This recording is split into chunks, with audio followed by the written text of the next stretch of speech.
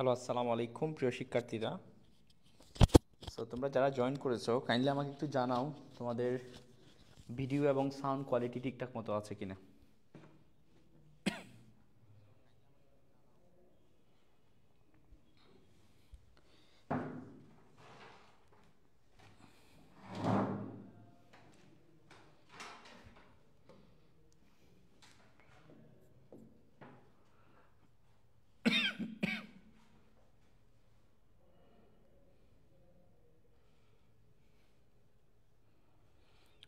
আচ্ছা, আমার সাথে যারা জয়েন করেছো কাইন্ডলি একটু জানাও আমাকে ভিডিও আমাকে ঠিকঠাক মতো দেখা যাচ্ছে কিনা এবং তোমার আমার কথা শোনা যাচ্ছে কিনা।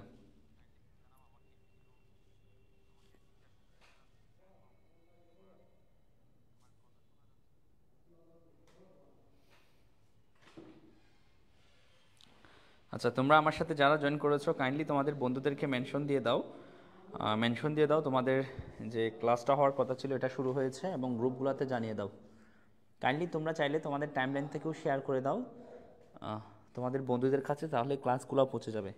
আমি সবাইকে রিকোয়েস্ট করবো যারা নিয়মিত ক্লাসে অংশগ্রহণ করতেছো তোমরা কাইন্ডলি তোমাদের টাইমলাইন থেকে আমার ক্লাসটা শেয়ার দিও, ফলে তোমাদের বন্ধুরাও কিন্তু ক্লাসের ব্যাপারে জেনে যাবে। সো সূচনা জাহান, ইমরি মারুয়া, আবদুল্লাহ আল সিয়াম, সাইমন, সাদিয়া, তোমরা যারা উপস্থিত হয়েছো সবাই কাইন্ডলি একটু দ্রুত দ্রুত মেনশন করে দাও।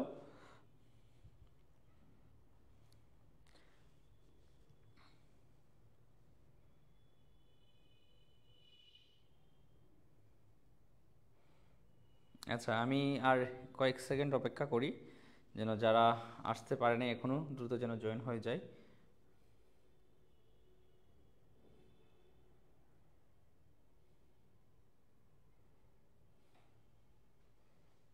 আচ্ছা, আমাদের সাথে কল্পিতা দত্ত, সূচনা নায়ক, আচ্ছা তারপর হচ্ছে সূচনা জাহান, সরি, তাইশা মণি, তারপর হচ্ছে যারা মেনশন করতেছে সবাইকে ধন্যবাদ। হ্যাঁ,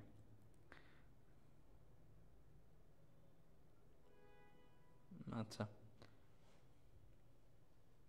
সাফওয়ান, সাফওয়ানকে ধন্যবাদ।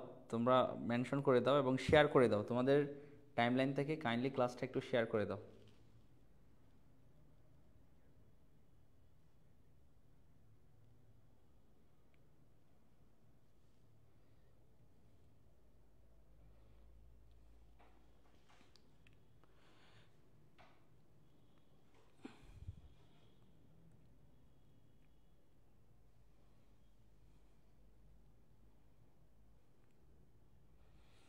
আচ্ছা, চলো ক্লাস শুরু করা যাক। সো আজকের ক্লাসে আমরা কথা বলবো হচ্ছে তোমার কিছু গুরুত্বপূর্ণ ভাইরাস নিয়ে যেগুলো তোমাদের বইয়ে আছে। প্রথম যে ভাইরাসটা নিয়ে আজকে আমরা কথা বলবো সেটা হচ্ছে tobacco mosaic virus. Tobacco mosaic virus, আমরা জানি এটা হচ্ছে তোমার প্রথম আবিষ্কৃত ভাইরাস, যেটা তোমরা নাম অবশ্যই শুনেছ, ভাইরাস। তো যে ভাইরাসকে সংক্ষেপে কি বলা হয়, যে টোবাকো মোজাইক ভাইরাসকে সংক্ষেপে বলা হচ্ছে কি টিএমভি। ঠিক আছে, তাহলে আজকে আমরা আলোচনা করব হচ্ছে টোবাকো মোজাইক ভাইরাস তথা কি নিয়ে, টিএমভি নিয়ে। ঠিক আছে, আচ্ছা, টিএমভি বা টোবাকো মোজাইক ভাইরাস নিয়ে আলোচনা করব। দেখো, এই ভাইরাস নিয়ে আলোচনা করতে গেলে প্রথমে আমরা যদি তার আকৃতির কথাটা বলি, সে আসলে কী ধরনের ভাইরাস। আমাদের নিশ্চয় মনে আছে আমরা টোবাকো মোজাইক ভাইরাসের আকৃতি পড়েছিলাম হচ্ছে, এটা হচ্ছে দণ্ডাকার ভাইরাস। এটা হচ্ছে কি ভাইরাস, দণ্ডাকার ভাইরাস। এবং তার যে আকার, দৈর্ঘ্য প্রস্থের বিষয়ে যদি আমি তোমাদের কথা বলি, আকার নিয়ে দৈর্ঘ্য এবং প্রস্থ নিয়ে যদি কথা বলি, তার দৈর্ঘ্যটা হচ্ছে তোমার প্রায় 280 থেকে তোমার 300 ন্যানোমিটারের মতো। এবং তোমার সেই সাথে তার যে প্রস্থটা হচ্ছে তোমার 15 থেকে 15 থেকে 15 থেকে কত 18 ন্যানোমিটারের মতো। ঠিক আছে, এখন আমরা একটা টিএমবির চিত্র আসলে অঙ্কন করব। আসলে টিএমবি দেখতে ভাইরাসটার স্ট্রাকচারটা যদি আমরা একটু বুঝতে চাই তাহলে কিন্তু প্রথমে তার যে চিত্র এটা আমরা একটু এঁকে নেব। দেখো টিএমবিতে মূলত তোমরা জানো একটা ভাইরাস গঠিত হচ্ছে কি দিয়ে, নিউক্লিক অ্যাসিড থাকবে এবং ক্যাপসিড থাকবে। সো টিএমবি ভাইরাসে, টোবাকো মোজাইক ভাইরাসে যে নিউক্লিক অ্যাসিডটা থাকে সেটা মূলত আরএনএ, সেটা মূলত কি একটা আরএনএ থাকে। তাহলে একটা কি থাকে, তার সেন্টারে মাঝখানে একটা কি থাকবে, একটা আরএনএ থাকবে, এটা ধরো সেই আরএনএ। এবং এই আরএনএকে ঘিরে চারপাশে অনেকগুলা ক্যাপসিড এর যে ছোটো ছোটো সাব ইউনিট যেগুলোকে তোমরা বলেছিলে ক্যাপসোমিয়ার, এভাবে তারা সজ্জিত থাকে। দেখো চারপাশে কি আছে, ক্যাপসোমিয়ার আছে। তাহলে এগুলা হচ্ছে ছোটো ছোটো ক্যাপসিডের সাব ইউনিট। ক্যাপসিডের সাব ইউনিটগুলোকে আমরা কি বলতেছি, এগুলো হচ্ছে তোমার ক্যাপসোমিয়ার। এগুলো হচ্ছে কি ক্যাপসোমিয়ার। ক্যাপসিডের সাব ইউনিটগুলোকে কী বলা হয়, ক্যাপসোমিয়ার। তাহলে দেখো তো সেন্টারে এটা একদম যে আরএনএটা তোমরা দেখতে পাচ্ছ এখানে, এই যে আরএনএটা, এই আরএনএটা কিন্তু একদম পুরাটা জুড়েই থাকবে এবং তার চারপাশে কি থাকবে, ছোটো ছোটো এই যে সাব ইউনিট তোমরা দেখতে পাচ্ছ, এই প্রত্যেকটা সাব ইউনিট হচ্ছে মূলত ক্যাপসিডের সাব ইউনিট, যেগুলোকে তোমরা ক্যাপসোমিয়ার বলেছিলে। তাহলে আমরা বলতে পারি এটা হচ্ছে কি আমাদের, এটা হচ্ছে আমাদের আরএনএ, যেটাকে আরএনএ কুর বলা হয়ে থাকে, কারণ এটা একদম সেন্টারে বা কেন্দ্রে থাকে এবং তার চারপাশে ঘিরে আমরা এটাকে যেটা দেখতে পাচ্ছি, এটা মূলত হচ্ছে পুরাটা হচ্ছে ক্যাপসিড। পুরোটা হচ্ছে কি ক্যাপসিড, পুরোটা হচ্ছে কি ক্যাপসিড। তো ক্যাপসিডের মধ্যে এই যে ছোটো ছোটো সাব ইউনিটগুলো তোমরা দেখতে পাচ্ছ, এই ছোটো ছোটো সাব ইউনিটগুলোকে বলা হচ্ছে, এগুলোকে বলা হচ্ছে ক্যাপসোমিয়ার। তাহলে ক্যাপসিডের মধ্যে আমরা অনেকগুলোতে দেখতে পাচ্ছি ক্যাপসোমিয়ার। ক্যাপসোমিয়ার কি, ক্যাপসোমিয়ার হচ্ছে ক্যাপসিডের ছোটো ছোটো এককগুলোকে, এই পুরাটা হচ্ছে সবগুলা ক্যাপসোমিয়ার মিলিতভাবে তৈরি করছে কি ক্যাপসিড। আর ক্যাপসিডের ছোটো ছোটো এই এককগুলোকে সাব ইউনিটগুলোকে বলা হচ্ছে কি ক্যাপসোমিয়ার। তাহলে আসো আমরা দৈর্ঘ্য এবং প্রস্থের ব্যাপারে জানলাম। এটার হচ্ছে দৈর্ঘ্যটা হচ্ছে প্রায় 280 থেকে 300 মিলিমিটার, এটার লেন্থে হবে কত, 280 থেকে কত 300 মিলিমিটার প্রায় লেন্থ হবে, এবং প্রস্থের মধ্যে প্রায় 15 থেকে কত 18 মিলিমিটার এর কী হয়, প্রস্থ হয়। তো দেখা যাচ্ছে এখানে যে তোমার দৈর্ঘ্যটা কিন্তু অনেক বেশি। তো তোমাদের বইয়ে একটা কথা দেওয়া আছে, দৈর্ঘ্য হচ্ছে তোমার প্রস্থের প্রায় 17 গুণ। দৈর্ঘ্য হচ্ছে প্রস্থের প্রায় কত গুণ, 17 গুণ। অর্থাৎ প্রস্থকে যদি তুমি 17 দ্বারা গুণ দাও, তাহলে দৈর্ঘ্যের কাছাকাছি একটা তুমি দৈর্ঘ্যটা পাবা, কাছাকাছি একটা মান পাবা আর কি। তাহলে এটা একটু মনে রাখিও যে টি টু পাসের দৈর্ঘ্য এবং প্রস্থ। এখন আমরা টি টু পাসের যে বিষয়টা নিয়ে আলোচনা করব সেটা হচ্ছে কি, আলোচনা করব হচ্ছে তার, আমরা আলোচনা করব টি টু পাসের তোমার দুইটা অংশ। প্রথম হচ্ছে ক্যাপসিড নিয়ে কথা বলবো। চলো প্রথমে আমরা ক্যাপসিড নিয়ে কথা বলি। টি টু পাসের কোন অংশ নিয়ে কথা বলবো, ক্যাপসিড।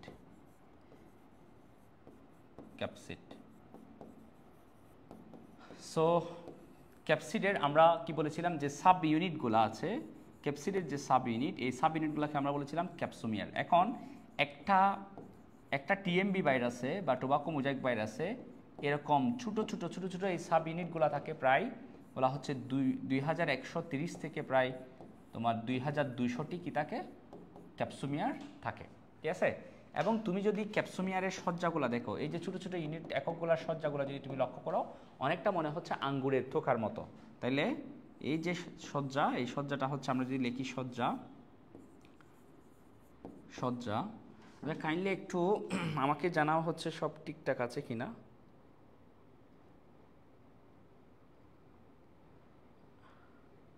আচ্ছা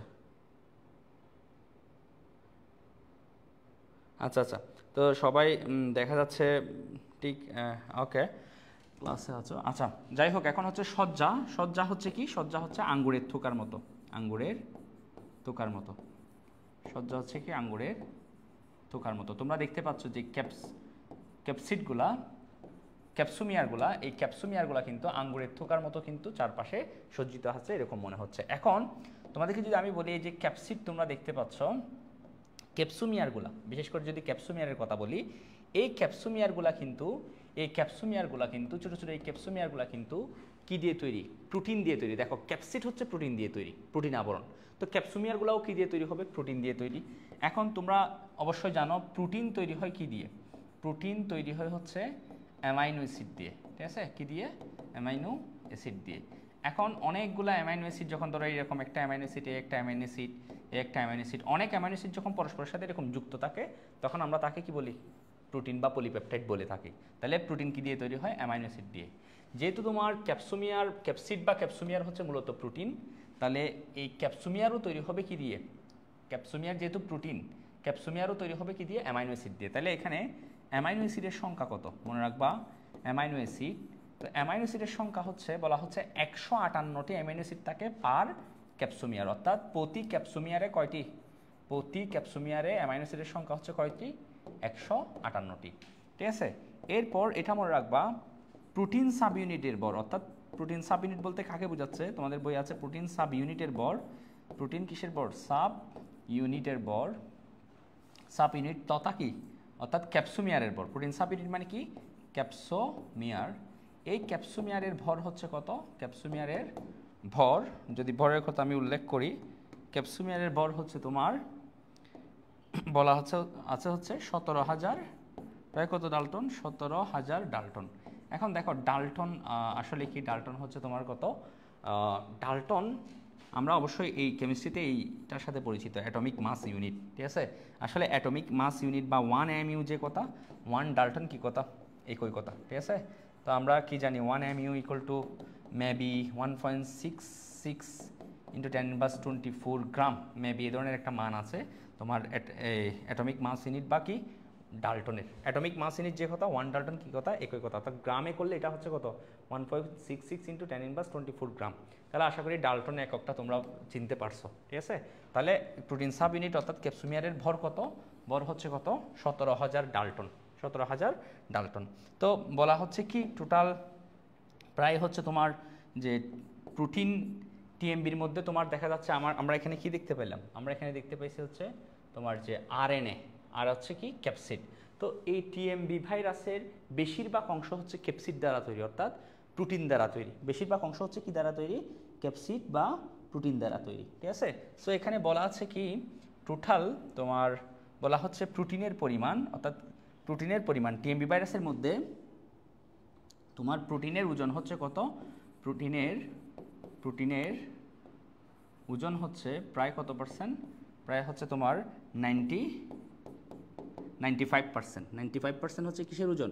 প্রোটিনের ওজন। আমরা এটা একটু মনে রাখবো। তাহলে আমরা ক্যাপসিড নিয়ে কথা বলা শেষ করলাম। এখানে আমরা ক্যাপসিড নিয়ে কথা বললাম। তো এই ক্যাপসিডে আমরা কি কি দেখলাম?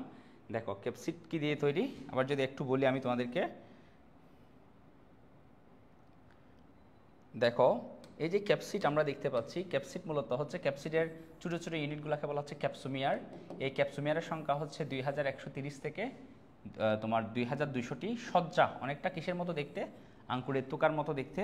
এবং অ্যামাইনো অ্যাসিড প্রত্যেকটা ক্যাপসুমিয়ারের মধ্যে, এক একটা ক্যাপসুমিয়ারের মধ্যে অ্যামাইনো অ্যাসিডের সংখ্যা হচ্ছে 158টি। ঠিক আছে, প্রত্যেকটা আমরা যে ক্যাপসুমিয়ার দেখতেছি এখানে প্রত্যেকটা ক্যাপসুমিয়ারে অ্যামাইনো অ্যাসিড কয়টা আছে? 158টা করে অ্যামাইনো অ্যাসিড আছে। এবং প্রোটিন সাব ইউনিট তথা ক্যাপসুমিয়ারের ভর হচ্ছে মূলত হচ্ছে 17,000 ডাল্টন। এরকম ক্যাপসুমিয়ার কয়টা আছে? প্রায় তোমার 2200 বা 2200টি মতো ক্যাপসুমিয়ার আছে। তো বলা হচ্ছে যে এখানে যে তোমার আরএনএ আছে মাঝখানে আমরা দেখতে পাচ্ছি আরএনএ কোর, এটা খুবই অল্প। ঠিক আছে, এটার ওজন খুবই অল্প। সবচেয়ে বেশি বাড়ে হচ্ছে ক্যাপসিড। ঠিক আছে, প্রায় পুরোটা জুড়ে ক্যাপসিড, বলা হচ্ছে প্রায় 90% ওজন হচ্ছে কি প্রোটিন তথা ক্যাপসিডের ওজন। আশা করি ক্যাপসিডটা বুঝতে পারছো। এরপর আমরা যে বিষয়টা কথা বলবো সেটা হচ্ছে তোমার কি আরএনএ কোর। তাহলে মাঝখানে কি থাকে? আমরা ক্যাপসিডটা দেখলাম, ক্যাপসিডের পর আমরা কি দেখতে পাবো? ক্যাপসিডের পর আমরা দেখবো হচ্ছে কি কোর? RNA core. ঠিক আছে,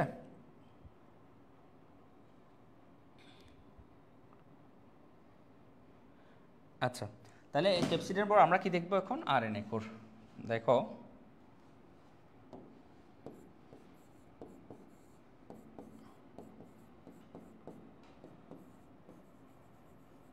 আরএনএ কোর। তো আরএনএ কোর কেন বলা হচ্ছে? কারণ এটা কেন্দ্র বা সেন্টারে থাকে। মনে রাখবে এই আরএনএ কোরটা হচ্ছে যে আরএনএটা আছে সেটা হচ্ছে মূলত একসূত্রক একটি আরএনএ, একসূত্রক আরএনএ।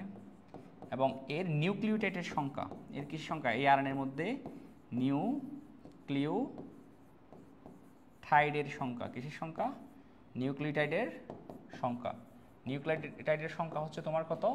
প্রায় 6500টি। এখন তোমরা কি জানো নিউক্লিওটাইড কি? তোমরা জানো ডিএনএ বা আরএনএ কি দিয়ে তৈরি? দেখো তো, ডিএনএ বা আরএনএ তৈরি হচ্ছে এরকম, তোমার কি থাকে? একটা সুগার থাকে, ঠিক আছে, পেন্টোজ সুগার থাকে, তারপর হচ্ছে তোমার কি থাকে? এরপর ফসফেট থাকে, এরপর কি থাকে? ফসফেট। তো তো ফসফেটের সাথে কি অ্যাড থাকে, সুগারগুলো যুক্ত থাকে, ফসফেটের সাথে সুগারগুলো যুক্ত থাকে। তারপর থাকে এর সাথে কি নাইট্রোজেনাস বেস, এডিনিন থাকতে পারে, ইউরাসিল থাকতে পারে যেহেতু আরএনএ, তারপর গুয়ানিন থাকতে পারে। তাহলে এখানে যে দেখতে পাচ্ছ যে তোমার এই একটা আরএনএ বা ডিএনএর মধ্যে এই যে সুগার, নাইট্রোজেনাস বেস এবং ফসফেট, এই তিনটা মিলেই বলা হচ্ছে একটা নিউক্লিওটাইড। ঠিক আছে, এটা ধরো এডিনিন নিউক্লিওটাইড, এটা ইউরাসিল নিউক্লিওটাইড, এটা হচ্ছে গুয়ানিন নিউক্লিওটাইড। ঠিক আছে, তাহলে এই যে তিনটা অর্থাৎ সুগার, ফসফেট এবং কি নাইট্রোজেনাস বেস, এই তিনটা জিনিসকে একসাথে কি বলা হয় নিউক্লিওটাইড। তো এই যে আরএনএটা আছে টিএমবি ভাইরাসে, এই আরএনএর মধ্যে প্রায় কতটি 6500টি এরকম। এখানে আমরা দেখতে পাচ্ছি 1 2 মোটামুটি 3টা নিউক্লিওটাইড, কিন্তু আরএনএর মধ্যে এরকম 6500টি কি থাকে নিউক্লিওটাইড থাকে। এটা আমরা মনে রাখবো, আরএনএর মধ্যে কয়টি নিউক্লিওটাইড থাকে, 6500টি কি থাকে নিউক্লিওটাইড থাকে। ঠিক আছে, এরপর আমরা যে বিষয়টা মনে রাখবো সেটা হচ্ছে আরএনএর ওজন। ঠিক আছে, আরএনএর কি ওজন। তো আরএনএর ওজন হচ্ছে প্রায় হচ্ছে কত 2.4 মিলিয়ন ডাল্টন, 2.4 মিলিয়ন ডাল্টন। ঠিক আছে, 2.4 মিলিয়ন ডাল্টন। এরপর দেখো আমি একটা বিষয় বলি নাই তোমাদেরকে, সেটা হচ্ছে পুরা ভাইরাসটার ওজন কত। যদি আমি বলি যে টিএমবি ভাইরাস, পুরা টিএমবি ভাইরাসের ওজন হচ্ছে তোমার 37 মিলিয়ন ডাল্টন। টিএমবি ভাইরাসের ওজন যদি আমরা কার ওজন, টিএমবি টোবাকো মোজাইক ভাইরাসের ওজনটা হচ্ছে প্রায় 37 মিলিয়ন ডাল্টন, 37 মিলিয়ন ডাল্টন। ঠিক আছে, তো এই তথ্যগুলো যদি তুমি জানো তাহলে দেখো কি কি তথ্য নিয়ে আমরা কথা বললাম, সেগুলো হচ্ছে তোমার এখানে দেখতে পাচ্ছ। আমরা আকার, দৈর্ঘ্য, প্রস্থ এবং এগুলা নিয়ে কথা বললাম, আর ওজন নিয়ে বললাম। এরপর হচ্ছে ক্যাপসিড নিয়ে কিছু কথা এখানে আছে, ক্যাপসুমিয়ার নিয়ে কথা আছে, কীরকম সজ্জা, প্রত্যেকটা ক্যাপসুমিয়ারে কয়টা অ্যামিনো অ্যাসিড আছে, প্রোটিন সাবইউনিটের ওজন কত, এবং টোটাল এই টিএমবি ভাইরাসের মধ্যে প্রোটিনের পরিমাণ সবচেয়ে বেশি, প্রায় 95%। ঠিক আছে, আচ্ছা এরপর আমরা আরএনএ নিয়ে কথা বললাম। আরএনএটা হচ্ছে মূলত এক সূত্রক আরএনএ, যেটা তোমার কোথায় থাকবে, যে আরএনএটা থাকবে তোমার কেন্দ্রে। যে আরএনএটা কোথায় থাকবে, এটা কেন্দ্রে থাকবে। ঠিক আছে, সেন্টারে থাকবে, এবং তোমার নিউক্লিওটাইডের সংখ্যা হচ্ছে তোমার 6500টি, এবং আরএনএর ওজন হচ্ছে 2.4 মিলিয়ন ডাল্টন। ঠিক আছে, যদি তুমি এই টিএমবি ভাইরাসের তোমাদের বইয়ে আছে এরকম একটা যদি প্রস্তুচ্ছেদ নাও, সেকশন নাও, এইভাবে যদি তুমি একটা সেকশন নাও, তাহলে তুমি দেখতে পাবে মাঝখানে হচ্ছে কি, তার মাঝখানে থাকবে হচ্ছে আরএনএ। ঠিক আছে, এবং এই আরএনএর চারপাশে তুমি কি দেখতে পাবা, এই যে এগুলো হচ্ছে ক্যাপসোমিয়ারগুলো। এটা হচ্ছে তোমার আরএনএর টিএমবি ভাইরাসের একটা কি প্রস্তুচ্ছেদ নিলে মাঝখানে তোমরা একদম সেন্টারে কাকে দেখতে পাবা, এই যে আরএনএটা দেখতে পাবা, সেন্টারে দেখতে পাবা কাকে, এই আরএনএকে, এবং এর চারপাশে তোমরা এইগুলা হচ্ছে কি, এগুলো হচ্ছে তোমার এই যে ক্যাপসোমিয়ারগুলো। ঠিক আছে, আচ্ছা তো এই টিএমবি ভাইরাসের গঠনটা তোমরা আমাকে একটু জানাও হচ্ছে বুঝতে পারছো কিনা। যদি কোনো প্রশ্ন থাকে কাইন্ডলি একটু আমাকে বলো, এই সংক্রান্ত কোনো প্রশ্ন থাকলে আমাকে একটু জানাও তো।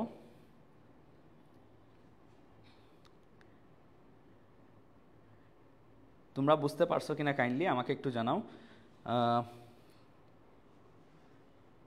আচ্ছা, তোমরা কাইন্ডলি আমাকে একটু রেসপন্স করো, বুঝতে পারছো কিনা টিএমবি ভাইরাসের গঠন, এবং যদি বুঝতে পারো আমাকে একটু কাইন্ডলি জানাও।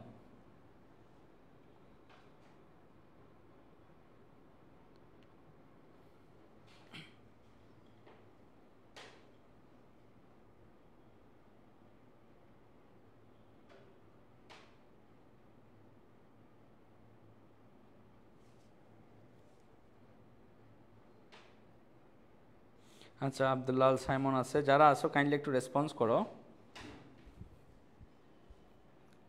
সো সাফওয়ান আছে আমাদের সাথে, ইস্তাদ সুলতানা, আচ্ছা ইন্দিরা দেবী, তাবাসসুমা প্রিন্ট। ঠিক আছে, যারা আছো কাইন্ডলি সবাই, মেহেজাবিন বুশরা, ধন্যবাদ সবাইকে। তো আমরা এখন এর পরবর্তীতে আলোচনা করব হচ্ছে ব্যাকটেরিওফাজ ভাইরাস নিয়ে।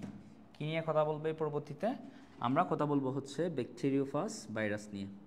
ঠিক আছে, আচ্ছা তাহলে আসো কী নিয়ে কথা বলবো, ব্যাকটেরিওফাজ নিয়ে কথা বলবো। ঠিক আছে, আচ্ছা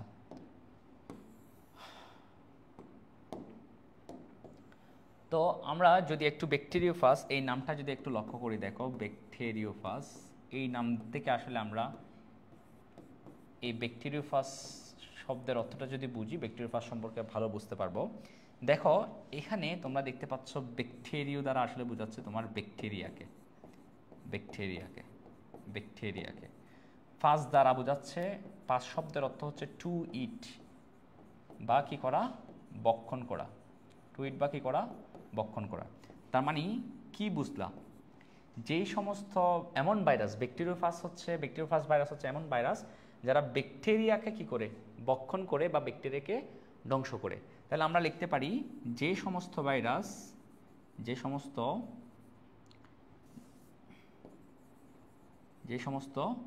ভাইরাস কাকে আক্রমণ করে, যে সমস্ত ভাইরাস ব্যাকটেরিয়াকে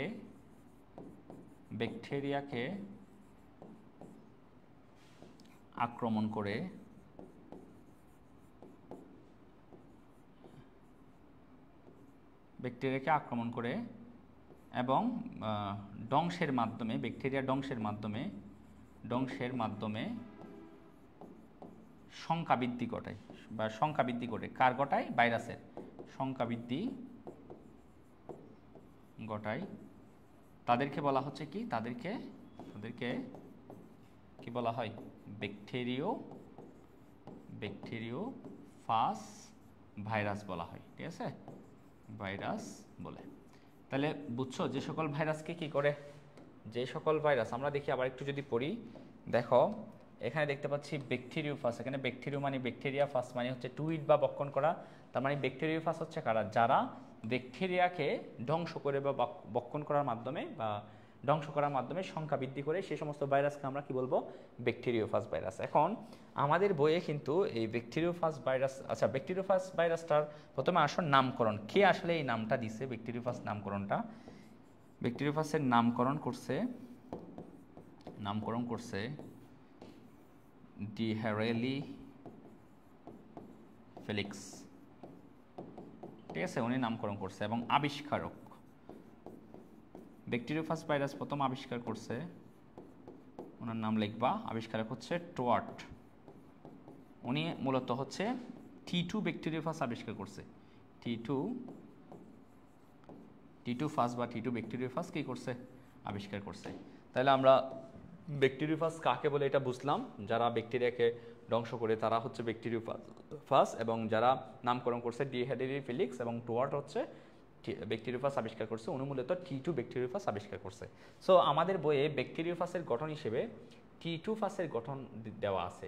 কোন ফাজের গঠন? T2 ফাজ। সো আজকে আমরা T2 ফাজ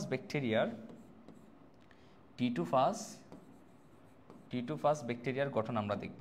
আজকে আমরা আলোচনা করব হচ্ছে T2 ফাজ বা T2 ব্যাকটেরিওফাজের গঠন আলোচনা করব। তো T2 ব্যাকটেরিওফাজের যদি গঠন আলোচনা করি, T2 ব্যাকটেরিওফাজ হচ্ছে মূলত হচ্ছে, তোমরা জানো হচ্ছে ব্যাকটেরিওফাজগুলো হচ্ছে ব্যাঙ্গাসি আকৃতির ভাইরাস। তো এই ভাইরাসগুলার মূলত হচ্ছে তাদের একটা মাথা থাকে, একটা লেজ থাকে। চলো আমরা প্রথমে একটু অঙ্কন করার চেষ্টা করি। তাদের একটা কি থাকে? একটা হচ্ছে মাথা, একটা কি থাকে? মাথা থাকে আর একটা লেজ থাকে। তাহলে দেখো মাথাটা হচ্ছে সরভুজ আকৃতির। প্রথমে আমরা এরকম বেঞ্জিনের মতো একটা স্ট্রাকচার দেব, তারপর হচ্ছে এরকম একটা দাগ দেব, এখান থেকে যে দাগটা দেবো সেটা এটা থেকে একটু ছোটো রাখবো, এখান থেকে যে দাগ দেবো সেটা একটু ছোটো রাখবো, তারপর এটা আর এটা এরকম মিলিয়ে দেবো, তারপর এটা সোজাসুজি মিলিয়ে দেবো।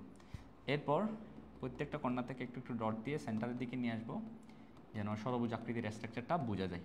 ঠিক আছে, তাহলে খেয়াল করো, এটা বোঝা যাচ্ছে এই মাথাটা হচ্ছে অনেকটা কি আকৃতির হলো? সরভুজ আকৃতির। ঠিক আছে, আচ্ছা। তো এখন এরপর এর নিচে থাকে হচ্ছে তোমার কি, মাথার নিচে হচ্ছে তোমার কি একটা লম্বা লেজ থাকে, একটা লম্বা কি থাকে? লেজ থাকে। যে লেজটা আমি দিলাম, তাহলে একটা লেজ থাকে, লেজের নিচে একটা প্লেটের মতো গঠন থাকে, লেজের নিচে একটা কি থাকে? এরকম একটা প্লেটের মতো গঠন থাকে, যেটাকে বলা হয় বেস প্লেট। ঠিক আছে, তাহলে লেজের নিচে একটা বেস প্লেট থাকে। আমি সবগুলো করে দেবো। প্রথমে চিত্রটা একটু অঙ্কন করি, তারপর আমরা এখানে দেখতে পাবো হচ্ছে কিছু, এই বেস প্লেটের মধ্যে কিছু এরকম তন্তু দেখতে পাবো, যেগুলোকে বলা হচ্ছে স্পর্শক তন্তু। কি তন্তু বলা হয়? যেগুলোকে বলা হচ্ছে তোমার স্পর্শক তন্তু। এরকম 6টা স্পর্শক তন্তু আমরা দেখতে পাবো। ঠিক আছে, তারপর দেখতে পাবো হচ্ছে এইখানে কিছু, এই জায়গার মধ্যে কিছু স্পাইক বা কাঁটা দেখতে পাবো। এখানে কি দেখতে পাবো? কিছু স্পাইক বা কাঁটা দেখতে পাবো। তাহলে এবং উপরের দিকে আমরা এই জায়গার মধ্যে একটা কলার লক্ষ্য করব। এই জায়গাতে একটা কি লক্ষ্য করব? এখানে একটা কলার। ঠিক আছে, একটা কলার। ঠিক আছে, তাহলে আমরা কি কি দেখলাম এখানে, যদি একটু আমি লেভেলিং করি, এইটা হচ্ছে তোমার টিটু পাসের এটাকে মাথা।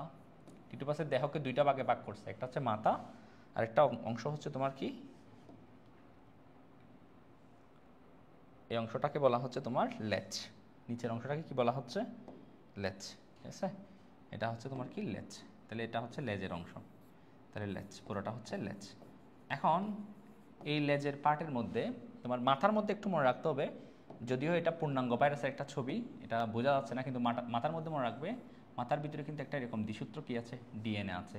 তোমাদের বইয়ে দেখবে এটা তোমাদের যেটা লম্বচ্ছেদ করছে ওইখানের মধ্যে ডিএনএটাকে দেখাইছে। এখন আসো, তাহলে মাথার ভিতরে ডিএনএ থাকে, এটা প্রথমে ক্লিয়ার হবা। তারপর হচ্ছে লেজটার ভিতরে হচ্ছে আসলে নলের মতো ফাঁপা, কিছু নাই, খালি। তো এই লেজের কী কী অংশ থাকে, লেজের উপরের দিকে আমরা এটা দেখতে পাচ্ছি, এটা হচ্ছে কলার। কলারটা অবশ্যই কিসের মতো, চাকতির মতো। এখানে ব্যাপারটা বোঝা যাচ্ছে না হয়তো, এটা চাকতির মতো। আমরা যে সিডিক অ্যাসিড দেখি, সিডিক অ্যাসিড যেরকম ডিক্সের মতো, চাকতির মতো, ওই শেপের এটা। তারপর হচ্ছে এই যে প্লেটটা, এই প্লেটটা কিন্তু বেসের দিকে থাকে, বেস বা ভিত্তি, সেজন্য এটাকে বলা হচ্ছে, এই প্লেটটার নাম হচ্ছে বেস, বা বেস মানে ভিত্তি, প্লেটের মতো যেহেতু এটাকে বলা হয় বেস প্লেট। এখন এই বেস প্লেটের মধ্যে কী কী আছে দেখো, এই যে লম্বা লম্বা তন্তুর নিয়ায়, এগুলাকে বলা হয় স্পর্শক তন্তু। এগুলো হচ্ছে স্পর্শক তন্তু, স্পর্শক স্পর্শক স্পর্শক তন্তু। কেন স্পর্শক তন্তু, কারণ এগুলা দিয়ে সে স্পর্শ করে কাকে, ইকুলাই ব্যাকটেরিয়াকে যখন সে আক্রমণ করে, যেহেতু এটা ব্যাকটেরিয়া ফার্স্ট, এটা ব্যাকটেরিয়াকে ধ্বংস করবে, আক্রমণের সময় এই স্পর্শক তন্তু দিয়ে তাকে স্পর্শ করে তার সাথে যুক্ত হয়। এরকম স্পর্শক তন্তু তাকে 6টি, এটা একটু মনে রাখিও। স্পর্শক তন্তু কয়টি থাকে, 6টি। এরপর তোমরা দেখতে পাচ্ছ নিচের দিকে এই স্ট্রাকচারগুলোর দিকে লক্ষ্য করো, এগুলো হচ্ছে কাঁটার মতো। তো কাঁটাকে ইংরেজিতে আমরা কি বলি, স্পাইক। তাহলে এগুলো হচ্ছে স্পাইক, এগুলো হচ্ছে কি স্পাইক, এগুলো হচ্ছে কি স্পাইক। তাহলে এই স্ট্রাকচারগুলো আমরা এখানে দেখতে পাচ্ছি। তাহলে আসো আমরা যদি একটু আবার বলি ব্যাপারটা, টিটু পাসের একটা আমরা দেখতে পাচ্ছি হচ্ছে মস্তক, এটা হচ্ছে ষড়ভুজাকার মাথাটা, মাথার ভিতরে ডিএনএ আছে, মাথার ভিতরে কি আছে, একটা দ্বিসূত্র কিরকম ডিএনএ আছে। বাকি নিচের অংশটাকে বলা হচ্ছে লেজ। তাহলে দুইটা দেহ দুই ভাগে বিভক্ত, মাথা এবং লেজ, মাথা এবং কি লেজ। তো মাথার ভিতরে কি থাকে, খুবই ইম্পর্টেন্ট কথা, একটা দ্বিসূত্র ডিএনএ এখানে থাকে। তারপর লেজের মধ্যে কি কি থাকে, লেজের উপরের দিকে একটা কলার থাকে, যেটা হচ্ছে কলারটা মূলত হচ্ছে চাকতির মতো, এবং নিচের দিকে একটা বেস প্লেট থাকে, যেটা একটা বেসের দিকে, ঠিক আছে, ঠিক আছে, এটা বেসের দিকে, সেজন্য এটাকে বলা হচ্ছে বেস প্লেট, যেহেতু প্লেটের মতো। তারপর এখানে থাকে স্পর্শক তন্তু, লম্বা লম্বা এই তন্তুগুলোকে বলা হচ্ছে স্পর্শক তন্তু। কেন স্পর্শক, কারণ এগুলা দিয়ে সে ব্যাকটেরিয়াকে স্পর্শ করে বা ব্যাকটেরিয়াকে আক্রমণের সময়। তারপর নিচের দিকে আমরা কি দেখতে পাচ্ছি, কিছু কাঁটার মতো অংশ, যেগুলো বলা হচ্ছে স্পাইক। তো আপাতত এতটুকু তোমরা বুঝতে পারছো কিনা টি2 পাস সম্পর্কে, এটা কিন্তু চিত্র তোমাদের পরীক্ষায় তোমার আসতে পারে, দিতে পারে। সো এতটুকু তোমরা বুঝতে পারছো কিনা আমাকে একটু জানাও।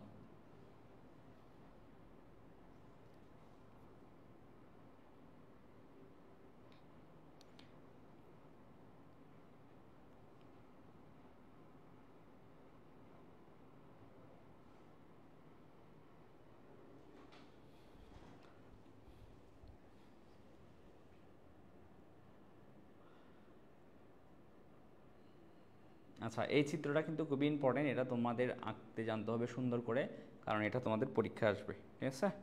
সো তোমরা অনেকে বলতেছো তোমরা বুঝতে পারতেছো এই টি2।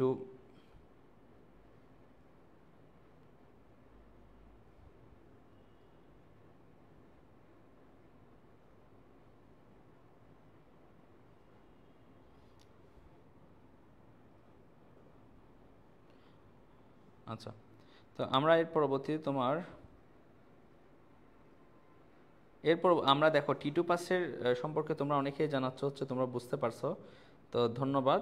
এখন আমরা টি2 পাসের বিভিন্ন যে মাথা এবং কি লেজ সম্পর্কে আরও একটু বিস্তারিত আলোচনা করব। চলো একটু মাথা এবং লেজ সম্পর্কে বিস্তারিত কথাগুলো লিখে নেব, তাহলে কিন্তু টি2 পাসের আসলে যদি বর্ণনা আসে তাহলে আমরা দিতে পারবো। দেখো তাহলে টি2 পাসের যে মাথা, এই অংশ নিয়ে আমরা একটু কথা বলবো। দেখো প্রথম কথা হচ্ছে মাথা হচ্ছে স্ফীত, স্ফীত মানে হচ্ছে এটা ফোলা, ঠিক আছে, এটা ফোলা, ঠিক আছে, স্ফীত প্লাস এটা হচ্ছে ষড়ভুজাকার। দেখো ষড়ভুজাকার, 6টা তল আছে, দেখো এটাও কিন্তু উপরের জিনিসটা কিন্তু আমি আঁকছি হচ্ছে মাথাটা আঁকছি বেঞ্জিনের মতো 6টা বুশ দিয়ে, সেজন্য বলবো ষড়ভুজাকার, ঠিক আছে? ষড়ভুজাকার কিসের নিয়েই? প্রিজমের নিয়েই, ঠিক আছে? তোমরা প্রিজম চিনো, পদার্থবিজ্ঞানে পড়ছো, প্রিজমের নিয়ে, ঠিক আছে? আচ্ছা, তাহলে প্রথম কথা হচ্ছে মাথায় স্ফীত এবং কি ষড়ভুজাকার ও প্রিজমের নিয়ে।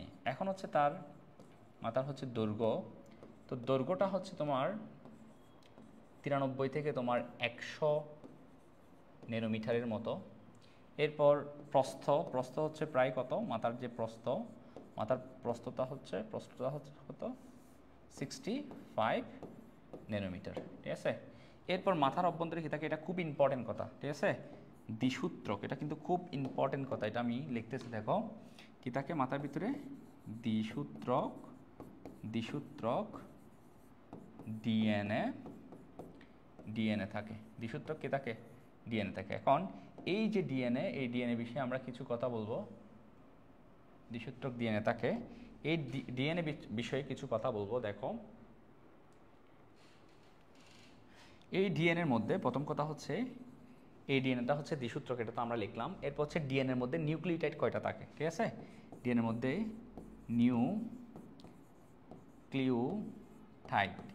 নিউক্লিওটাইড থাকে হচ্ছে 60,000 জোড়া।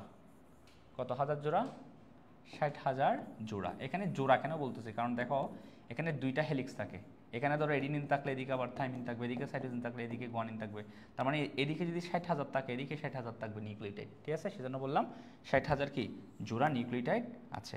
তারপর হচ্ছে এই ডিএনএর মধ্যে জিনের সংখ্যা, জিন আছে হচ্ছে 150টি, অর্থাৎ বৈশিষ্ট্য আছে কয়টি? 150টি। এরপর হচ্ছে এই ডিএনএর দৈর্ঘ্য, ডিএনএটার দৈর্ঘ্য হচ্ছে 50 মাইক্রোমিটার, ঠিক আছে? ডিএনএর দৈর্ঘ্য কত? 50 মাইক্রোমিটার, ঠিক আছে? তাহলে ডিএনএর মধ্যে নিউক্লিওটাইডের সংখ্যা হচ্ছে কত? 60,000 জোড়া, এবং জিন আছে কয়টি? 150টি, এবং ডিএনএর দৈর্ঘ্য হচ্ছে কত? 50 মাইক্রোমিটার। সো ডিএনএ নিয়ে এই কথাগুলো তোমরা একটু লেখো। যদি তোমরা কাইন্ডলি একটু যারা লিখতেছো তো ভালো, যদি না লেখো স্ক্রিনশট নিয়ে রাখো, যেন পরবর্তীতে তোমার কি এটা কাজে লাগে বা নোট করতে পারো, ঠিক আছে? আচ্ছা আচ্ছা, একটা বিষয় আমরা একটা মনে রাখবো, সেটা হচ্ছে ডিএনএর তোমার টোটাল মোট ওজনের, ডিএনএ মোট ওজনের, অর্থাৎ যে টিটোপাসের মোট ওজনের হচ্ছে 50% হচ্ছে ডিএনএ, ঠিক আছে? টিটোপাসের ওজনকে যদি আমরা 100 ধরি, তার মধ্যে 50 থাকবে কি শুধুমাত্র এই ডিএনএর ওজন, ঠিক আছে? এটা একটু আমরা মনে রাখবো। সো এতটুকু তোমরা আমাকে বুঝতে পারছো কিনা কাইন্ডলি একটু জানাও, যে বিষয়গুলো বুঝতে পারছো কিনা, ঠিক আছে? এরপর আমি কিন্তু কী নিয়ে কথা বলবো? এরপর কথা বলবো হচ্ছে লেজ নিয়ে, ঠিক আছে? এরপর মাথা তো গেল, মাথার পর আমরা কী নিয়ে কথা বলবো? মাথার পর আমরা কথা বলবো হচ্ছে তোমার লেজ নিয়ে।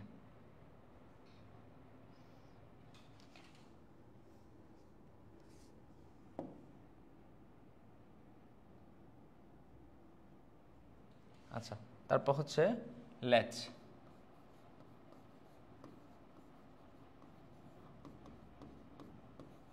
লেজের জন্য প্রথমে মনে রাখবো লেজ হচ্ছে নলাকার, এটা হচ্ছে নলাকার, এটা নলের মতো, ঠিক আছে? নলাকার প্লাস এটা হচ্ছে ফাঁপা, অর্থাৎ ভিতরে খালি, ঠিক আছে? নলাকার এবং কি ফাঁপা, এবং তার দৈর্ঘ্য হচ্ছে 95 থেকে প্রায় 110 ন্যানোমিটারের মতো, ঠিক আছে? আর 95 থেকে 110 ন্যানোমিটারের মতো হচ্ছে দৈর্ঘ্য, এবং এটার প্রস্থ হচ্ছে তোমার প্রস্থটা মেবি 15 থেকে 18 ন্যানোমিটার। এটা কাইন্ডলি একটু তোমরা দেখে নিও প্রস্থটা, এটার কত, লেজের প্রস্থ কত, এটা একটু দেখে নিও। তারপর হচ্ছে এই লেজের নিচে কি আছে? লেজের নিচে আছে হচ্ছে একটা বেস প্লেট, ঠিক আছে? আচ্ছা, লেজের নিচে আছে, আচ্ছা লেজের মধ্যে একটা কলার থাকে, উপরের দিকে কি থাকে? একটা কলার থাকে, এটা মনে রাখবো। আর নিচের দিকে কি থাকে? বেস প্লেট, ঠিক আছে? একটা কলার থাকে, এটা আগে লিখে ফেলি। কলার যেহেতু উপরে থাকে, কলার থাকে কোথায় থাকে? এটা কলার থাকে হচ্ছে কোথায়?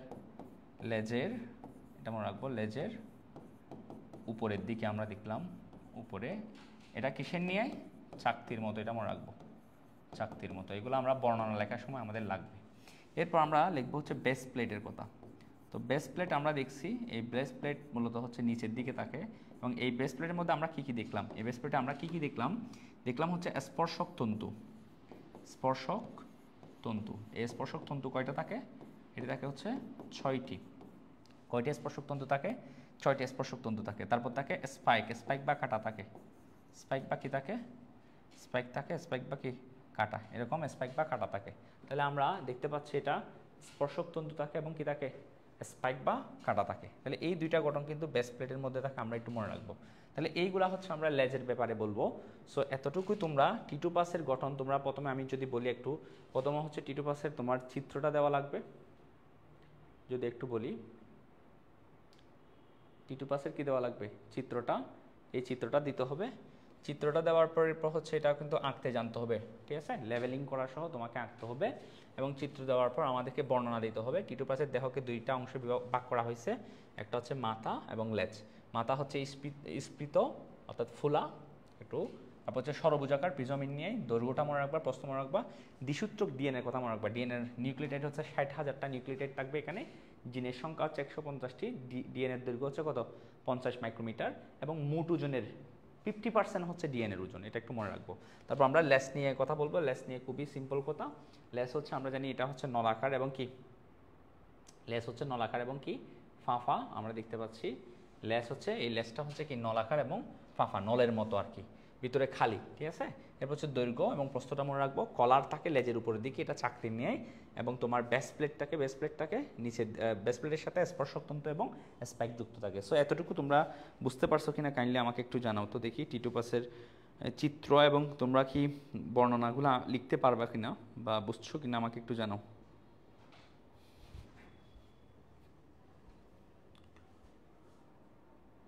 আচ্ছা, মুবাশির শাবাব বললো 15 থেকে 25। আচ্ছা, তাহলে এটা আমি একটু লিখে নিই। এটার হচ্ছে 15 থেকে 25 ন্যানোমিটার হচ্ছে কার? লেজের হচ্ছে প্রস্থ, ঠিক আছে?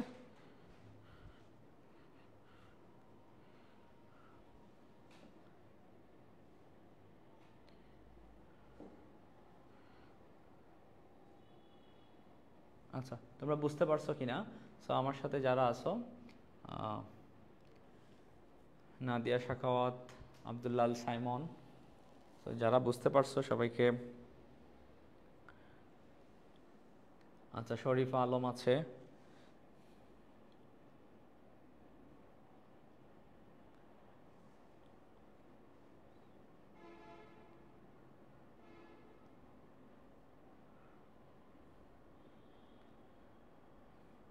আচ্ছা।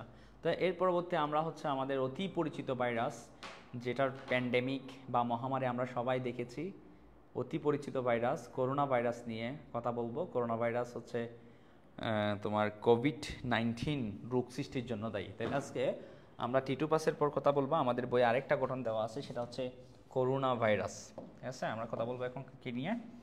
করোনা ভাইরাস নিয়ে।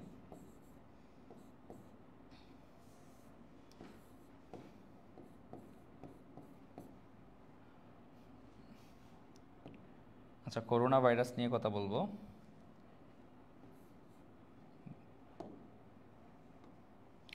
এখন এই যে করোনা ভাইরাস, এটা তো সবাই এটার সাথে পরিচিত এবং এটা নিয়ে আমি কথা বলবো। প্রথমে আসো, করোনা ভাইরাসের নামটা আসলে কেন করোনা ভাইরাস দিছে, ঠিক আছে? দেখো, করোনা এই শব্দটা ল্যাটিন ওয়ার্ড থেকে আসছে। ল্যাটিন শব্দটা কি? করোনা, ঠিক আছে? এই করোনা ল্যাটিন ওয়ার্ড, এই করোনার মিন হচ্ছে crown like. Crown like, crown শব্দের অর্থ হচ্ছে মুকুট। মাথার যে তখনকার রাজারা যে মুকুট দিত, অনেকটা অনেকগুলা কি থাকতো, যে কাঁঠার মতো বের হয়ে আসতে এরকম মনে হতো। ক্রাউনের মতো হচ্ছে কি মুকুটের মতো। তো তোমরা সবাই করোনা ভাইরাসের ছবি দেখছো, অনেকগুলা কাঁটা থাকে বাইরের দিকে, যেগুলোকে স্পাইক প্রোটিন বলে। এই প্রোটিনের কারণে তারকে অনেকটা মুকুটের মতো লাগে, ঠিক আছে? সেজন্য ক্রাউন লাইক সব, ক্রাউনের মতো বা মুকুটের মতো কোনো কিছুকে ল্যাটিন ভাষায় বলে করোনা। এখান থেকে আসছে কি? করোনা ভাইরাসের কথা। তাহলে ল্যাটিন করোনা শব্দের অর্থ কি? ক্রাউন লাইক বা কিসের মতো? মুকুটের মতো, এখান থেকে আসছে। এখন আমরা করোনা ভাইরাস এইটার একটু স্ট্রাকচারটা আমাদেরকে দেখতে হবে, ঠিক আছে? করোনা ভাইরাসের স্ট্রাকচারটা আমরা একটু দেখব। প্রথমে করোনা ভাইরাসের মধ্যে তোমরা জানো, ভাইরাসের মধ্যে যে ডিএনএ থাকবে অথবা কি থাকে, একটা আরএনএ থাকবে। ডিএনএ অথবা কি থাকে, ভাইরাসের মধ্যে একটা আরএনএ থাকে। সো করোনা ভাইরাস কিন্তু একটা আরএনএ ভাইরাস। তাইলে তার মধ্যে একটা কি থাকবে? করোনা ভাইরাসের মধ্যে একটা আরএনএ থাকবে, ঠিক আছে, একটা আরএনএ থাকবে এরকম। এখন আমরা জানি সাধারণত একটা ভাইরাসের মধ্যে একটা আরএনএ বা ডিএনএ থাকলে তার বাইরে একটা কি থাকে, ক্যাপসিড থাকে বা প্রোটিনের আবরণ থাকে। তো করোনা ভাইরাসের মধ্যে এরকম আসলে সত্যিকারের কোনো আবরণ নাই, প্রোটিনের আবরণ নাই, তবে কিছু প্রোটিন আছে যে প্রোটিনগুলো তোমার এই যে আরএনএর সাথে এরকমভাবে যুক্ত থাকে। আমি সবগুলো লেভেলিং করবো, জাস্ট প্রথমে একটু ড্রয়িংটা তোমরা দেখে নাও।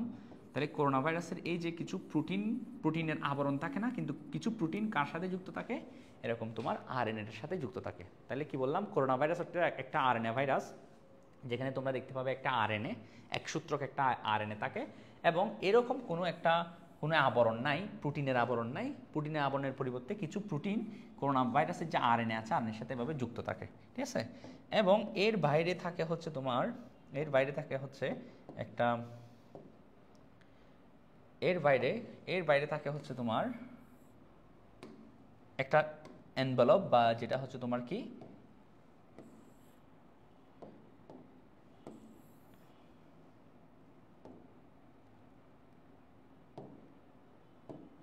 আচ্ছা, এর বাইরে থাকে হচ্ছে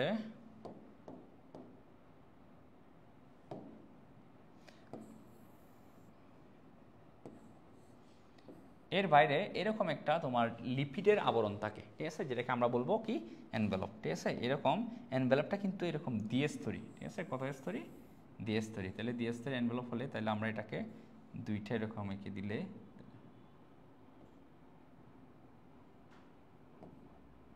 তাহলে এরকম দ্বিস্তরী একটা কি থাকে, লিপিডের আবরণ থাকে, এনভেলপ থাকে। তাহলে আসো আমরা কোনটাকে একটু লেভেলিং করে ফেলি। দেখো ভিতরেরটা হচ্ছে তোমার কি, এটা হচ্ছে এক সূত্রক আরএনএ, এটা হচ্ছে আরএনএ সূত্রক, ঠিক আছে। এবং এরপর এখানে কিন্তু ক্যাপসিড থাকে না, ক্যাপসিডের পরিবর্তে কিছু প্রোটিন থাকে আরএনএর সাথে যুক্ত, যেই প্রোটিনগুলোকে বলা হচ্ছে নিউক্লিও ক্যাপসিড প্রোটিন, নিউক্লিও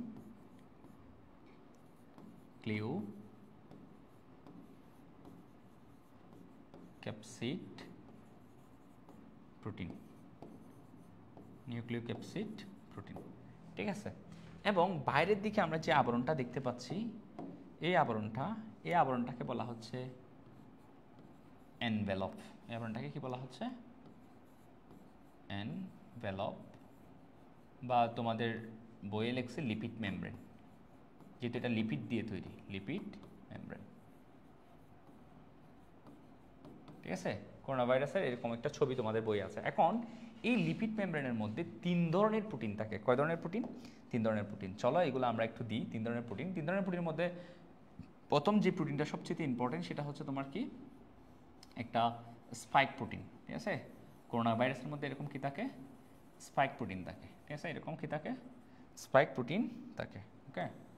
এখন এরকম স্পাইক প্রোটিন থাকে। আমি যদি একটু স্পাইক প্রোটিনগুলো পুরা তোমার কি জুড়ে থাকে, করোনা ভাইরাসের এই যে তোমার লিপিড মেমব্রেন জুড়ে থাকে, এগুলা লিপিড মেমব্রেন জুড়ে এরকম অনেকগুলা কি থাকে, স্পাইক প্রোটিন থাকে, ঠিক আছে।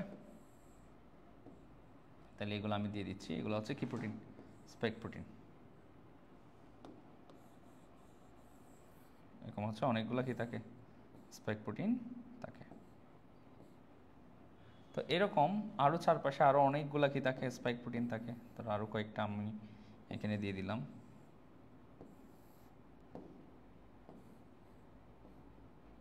স্পাইক প্রোটিন, আচ্ছা। তো এই স্পাইক প্রোটিনগুলোকে যদি আমি একটু লেভেলিং করি, দেখো এগুলো হচ্ছে তাহলে কি প্রোটিন, স্পাইক প্রোটিন। তো স্পাইক প্রোটিনগুলো মূলত হচ্ছে আমাদের কোষের সংক্রমণের সময়, স্পাইক প্রোটিনগুলো আমাদের কোষের, তোমাদেরকে আমি বলেছিলাম আগে, ACE2 এই রিসেপ্টরের সাথে যুক্ত হয় এবং আমাদের কোষে কি করে প্রবেশ করে এবং সংক্রমণে সহায়তা করে। এটাকে অনেক সময় এস প্রোটিনও বলে। এছাড়াও এস প্রোটিন, স্পাইক প্রোটিন ছাড়াও আমাদের এই যে লিপিডের মধ্যে আরও 2 ধরনের প্রোটিন থাকে। কিছু হচ্ছে এই প্রোটিন, এ ধরনের কিছু প্রোটিন থাকে, যে প্রোটিনগুলোকে বলা হচ্ছে তোমার মেমব্রেন প্রোটিন। এই প্রোটিনগুলোকে কি বলা হয়, মেমব্রেন প্রোটিন, যেহেতু এগুলো লিপিড মেমব্রেনের ভিতরে অবস্থান করতেছে। তাহলে এই ধরনের কিছু প্রোটিন থাকে, যে প্রোটিনগুলো হচ্ছে কি প্রোটিন, মেমব্রেন প্রোটিন। তাহলে এটা হচ্ছে মেমব্রেন প্রোটিন, মেমব্রেন প্রোটিন এরকম এক চিত্রটা তোমাদের বইয়ে দেওয়া আছে, তোমরা কাইন্ডলি একটু দেখে নিবা এটা ভালো করে, এটা ইম্পর্টেন্ট, এখান থেকে প্রশ্ন হতে পারে। মেমব্রেন প্রোটিন বা এটাকে এম প্রোটিনও বলা হয়ে থাকে। এছাড়াও এই মেমব্রেন প্রোটিনগুলো ছাড়া আরও এক ধরনের 3 ধরনের প্রোটিনের মধ্যে তাহলে কি গেল, স্পাইক প্রোটিন গেল, মেমব্রেন প্রোটিন গেল, আরেকটা হচ্ছে তোমার এনভেলপ প্রোটিন, যেটা হচ্ছে এর ভিতরে থাকে, আরেকটা এনভেলপের ভিতরে আরেকটা প্রোটিন থাকে, যেটাকে বলা হচ্ছে তোমার কি প্রোটিন, এনভেলপ প্রোটিন। ঠিক আছে, যেহেতু এটা এনভেলপের ভিতরে এইভাবে থাকে, এটাকে বলা হচ্ছে তাহলে কি এনভেলপ প্রোটিন, এনভেলপ প্রোটিন, বা এটাকে ই প্রোটিনও বলা হয়ে থাকে। তাহলে এই হচ্ছে করোনা ভাইরাসের কি বিশেষ স্ট্রাকচার। এবং এখানে সবচেয়ে ইম্পর্টেন্ট যে প্রোটিন সেটা হচ্ছে এস প্রোটিন, যেটা আমাদের কোথায় আমাদের মানুষের যে শ্বসনতন্ত্রের যে কোষ আছে, কোষের মধ্যে আমরা দেখেছিলাম, ধরো এটা যদি শ্বসনতন্ত্রের কোষ হয়, এখানে শ্বসনতন্ত্রের কোষের মধ্যে প্লাজমা মেমব্রেনে একটা প্রোটিন থাকে, যে প্রোটিনের নাম আমি বলেছিলাম ACE2, অ্যানজিওটেনসিন কনভার্টিং এনজাইম 2। এটার সাথে গিয়ে এই স্পাইক প্রোটিনটা গিয়ে এখানে কি হয়, যুক্ত হয়। ঠিক আছে, যুক্ত হওয়ার মাধ্যমে করোনা ভাইরাস কোথায় প্রবেশ করে, আমাদের কোষে প্রবেশ করে। তাইলে এটা কি ACE2 এর সাথে কি হয়, যুক্ত হয়। ঠিক আছে, কোনটা, এই স্পাইক প্রোটিনটা। তাহলে তোমরা করোনা ভাইরাসের যদি আমি আবার স্ট্রাকচারটা একটু আবার রিভিউ করতেছি, দেখো আবার একটু রিভিউ করতেছি। প্রথমে হচ্ছে একটা কি থাকবে, এই যে ভিতরের দিকে একটা আরএনএ থাকবে। তোমরা জানো আরএনএকে ঘিরে এমনি সাধারণত একটা ক্যাপসিড প্রোটিন থাকে, প্রোটিন আবরণ থাকে, কিন্তু এখানে প্রোটিন আবরণ নেই। প্রোটিন আবরণের পরিবর্তে কিছু কি আছে, এই যে কিছু প্রোটিন এমনি তোমার আরএনএর সাথে যুক্ত আছে, যে প্রোটিনগুলোকে বলছে নিউক্লিও ক্যাপসিড। যেহেতু এগুলো ক্যাপসিডের পরিবর্তে আছে, সেজন্য ক্যাপসিড নিউক্লিও কেন, কারণ এটা নিউক্লিক অ্যাসিড আরএনএর সাথে কি আছে, যুক্ত আছে, সেজন্য এই প্রোটিনগুলোকে বলা হচ্ছে নিউক্লিক ক্যাপসিড প্রোটিন। তাহলে এখানে আমরা যে সাধারণ যে ক্যাপসিডটা দেখে আবরণ, ওই আবরণের মধ্যে কোনো ক্যাপসিড সাধারণত করোনা ভাইরাসে থাকে না। তারপর কি থাকে, আমরা জানি এই ক্যাপসিডের বাইরে একটা এনভেলপ থাকে, ঠিক আছে, বা বহিস্থ আবরণ থাকে। এখানে বহিস্থ আবরণ থাকে, যেটা হচ্ছে এনভেলপ বা লিপিড মেমব্রেন বলে যেটাকে। এবং এই এনভেলপ বা লিপিড মেমব্রেনের উপর 3 ধরনের কি থাকে, প্রোটিন থাকে। একটা হচ্ছে স্পাইক প্রোটিন বা এস প্রোটিন, যেটা আমাদের ACE2 রিসেপ্টরের সাথে যুক্ত থাকে। আর একটা হচ্ছে তোমার মেমব্রেন প্রোটিন, এবং আরেকটা হচ্ছে এনভেলপ প্রোটিন। এই মেমব্রেন প্রোটিন, এনভেলপ প্রোটিন হচ্ছে এটাকে সুরক্ষিত রাখে, ভিতরের আরএনএটাকে প্রোটেক্ট করে। ঠিক আছে, স্পাইক প্রোটিন হচ্ছে কি আমাদের কোষের ACE2 অ্যানজিওটেনসিন কনভার্টিং এনজাইম 2, এই যে প্রোটিন আমাদের কোষের মধ্যে আছে, এটার সাথে যুক্ত হয় এই স্পাইক প্রোটিনগুলো গিয়ে, এবং এরপর আমাদের কোষের মধ্যে করোনা ভাইরাস ঢুকতে বা প্রবেশ করতে পারে। তো করোনা ভাইরাসের গঠনটা সম্পর্কে তোমরা ধারণা পাইছো কিনা আমাকে একটু কাইন্ডলি জানাও।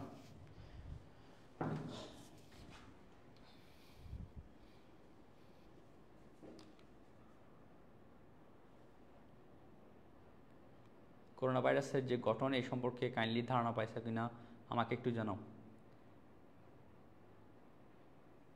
আচ্ছা, আমাদের সাথে সাদিয়া আছে, সাদিয়া আছে, আবদুল্লাহ আল সাইমন, তোমরা যারা রেসপন্স করতেছো তোমাদেরকে ধন্যবাদ। সো ইমরি মারুয়া,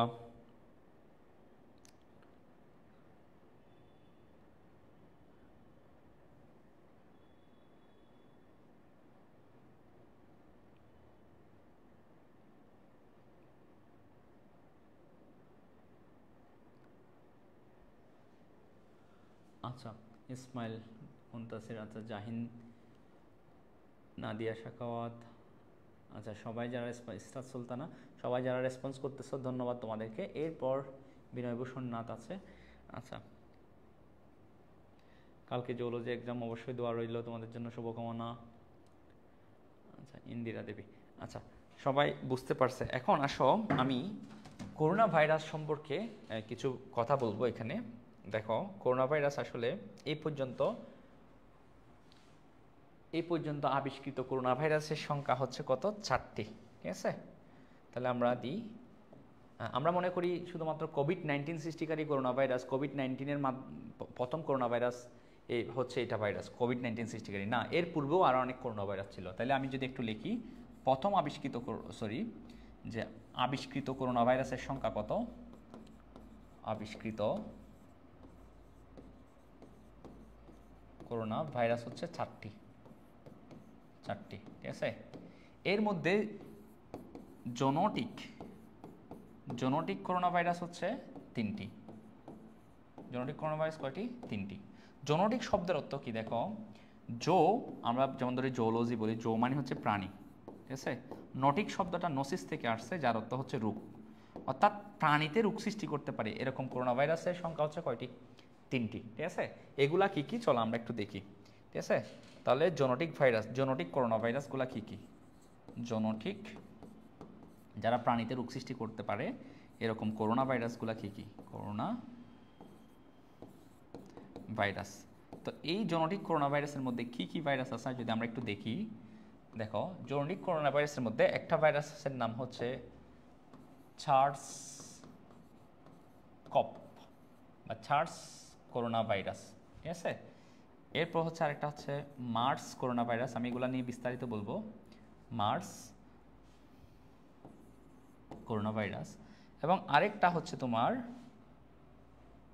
আরেকটা করোনা ভাইরাস হচ্ছে চার্স কপ 2, অর্থাৎ চার্স করোনা ভাইরাস 2। এখানে দেখো একটা শব্দ আসছে, প্রথমে এটা নিয়ে একটু বুঝি। চার্স, চার্স শব্দের অর্থ কি? দেখো, চার্সের এস দ্বারা বোঝাচ্ছে সিভিয়ার, এ দ্বারা বোঝাচ্ছে অ্যাকিউট, আর দ্বারা বোঝাচ্ছে রেসপিরেটরি, রেসপিরেটরি, এস দ্বারা বোঝাচ্ছে সিনড্রোম, ঠিক আছে। এখন কোনটার অর্থ কি দেখো, এই যে তোমরা দেখতে পাচ্ছ এখানে সিভিয়ার মানে হচ্ছে গুরুতর, সিভিয়ার মানে কি? গুরুতর বা খুবই মারাত্মক বলতে পারি, আমরা বলতে পারি হচ্ছে খুবই মারাত্মক, ঠিক আছে। আচ্ছা, তারপর হচ্ছে অ্যাকুইট মানে হচ্ছে তীব্র, দেখো। রেসপিরেটরি মানে হচ্ছে শ্বসন তন্ত্র, আর সিনড্রোম মানে হচ্ছে অনেকগুলা লক্ষণ, ঠিক আছে, বা আমরা বলতে পারি সিমটমের সমষ্টি, ঠিক আছে। লক্ষণ, ঠিক আছে। লক্ষণ বলতে তোমার অনেকগুলা সিমটমস মনে করতে পারি, অনেকগুলো লক্ষণকে একসাথে কি বলা হয়? অনেকগুলো লক্ষণকে একসাথে সিমটমস বলে, সরি সিমড্রোম বলে, ঠিক আছে। আচ্ছা দেখো, এটাকে কেন সার্স বলতেছে? দেখো, প্রথম কথা হচ্ছে করোনা ভাইরাস বা করোনা ভাইরাসগুলো কোথায় আক্রমণ করে আমরা সবাই জানি, সেটা হচ্ছে রেসপিরেটরি সিস্টেমে, অর্থাৎ শ্বসনতন্ত্রে, ঠিক আছে। সেজন্য আসছে রেসপিরেটরি শব্দটা। এখন সিভিয়ার কেন? কারণ এটা মারাত্মক পরিণতি তৈরি করতে পারে, ঠিক আছে। আমাদের ফুসফুস বা শ্বসনতন্ত্রে ইনফেকশন করে নিউমোনিয়া সহ শ্বসনতন্ত্রের অনেক জটিলতা তৈরি করতে পারে, সেজন্য হচ্ছে সিভিয়ার।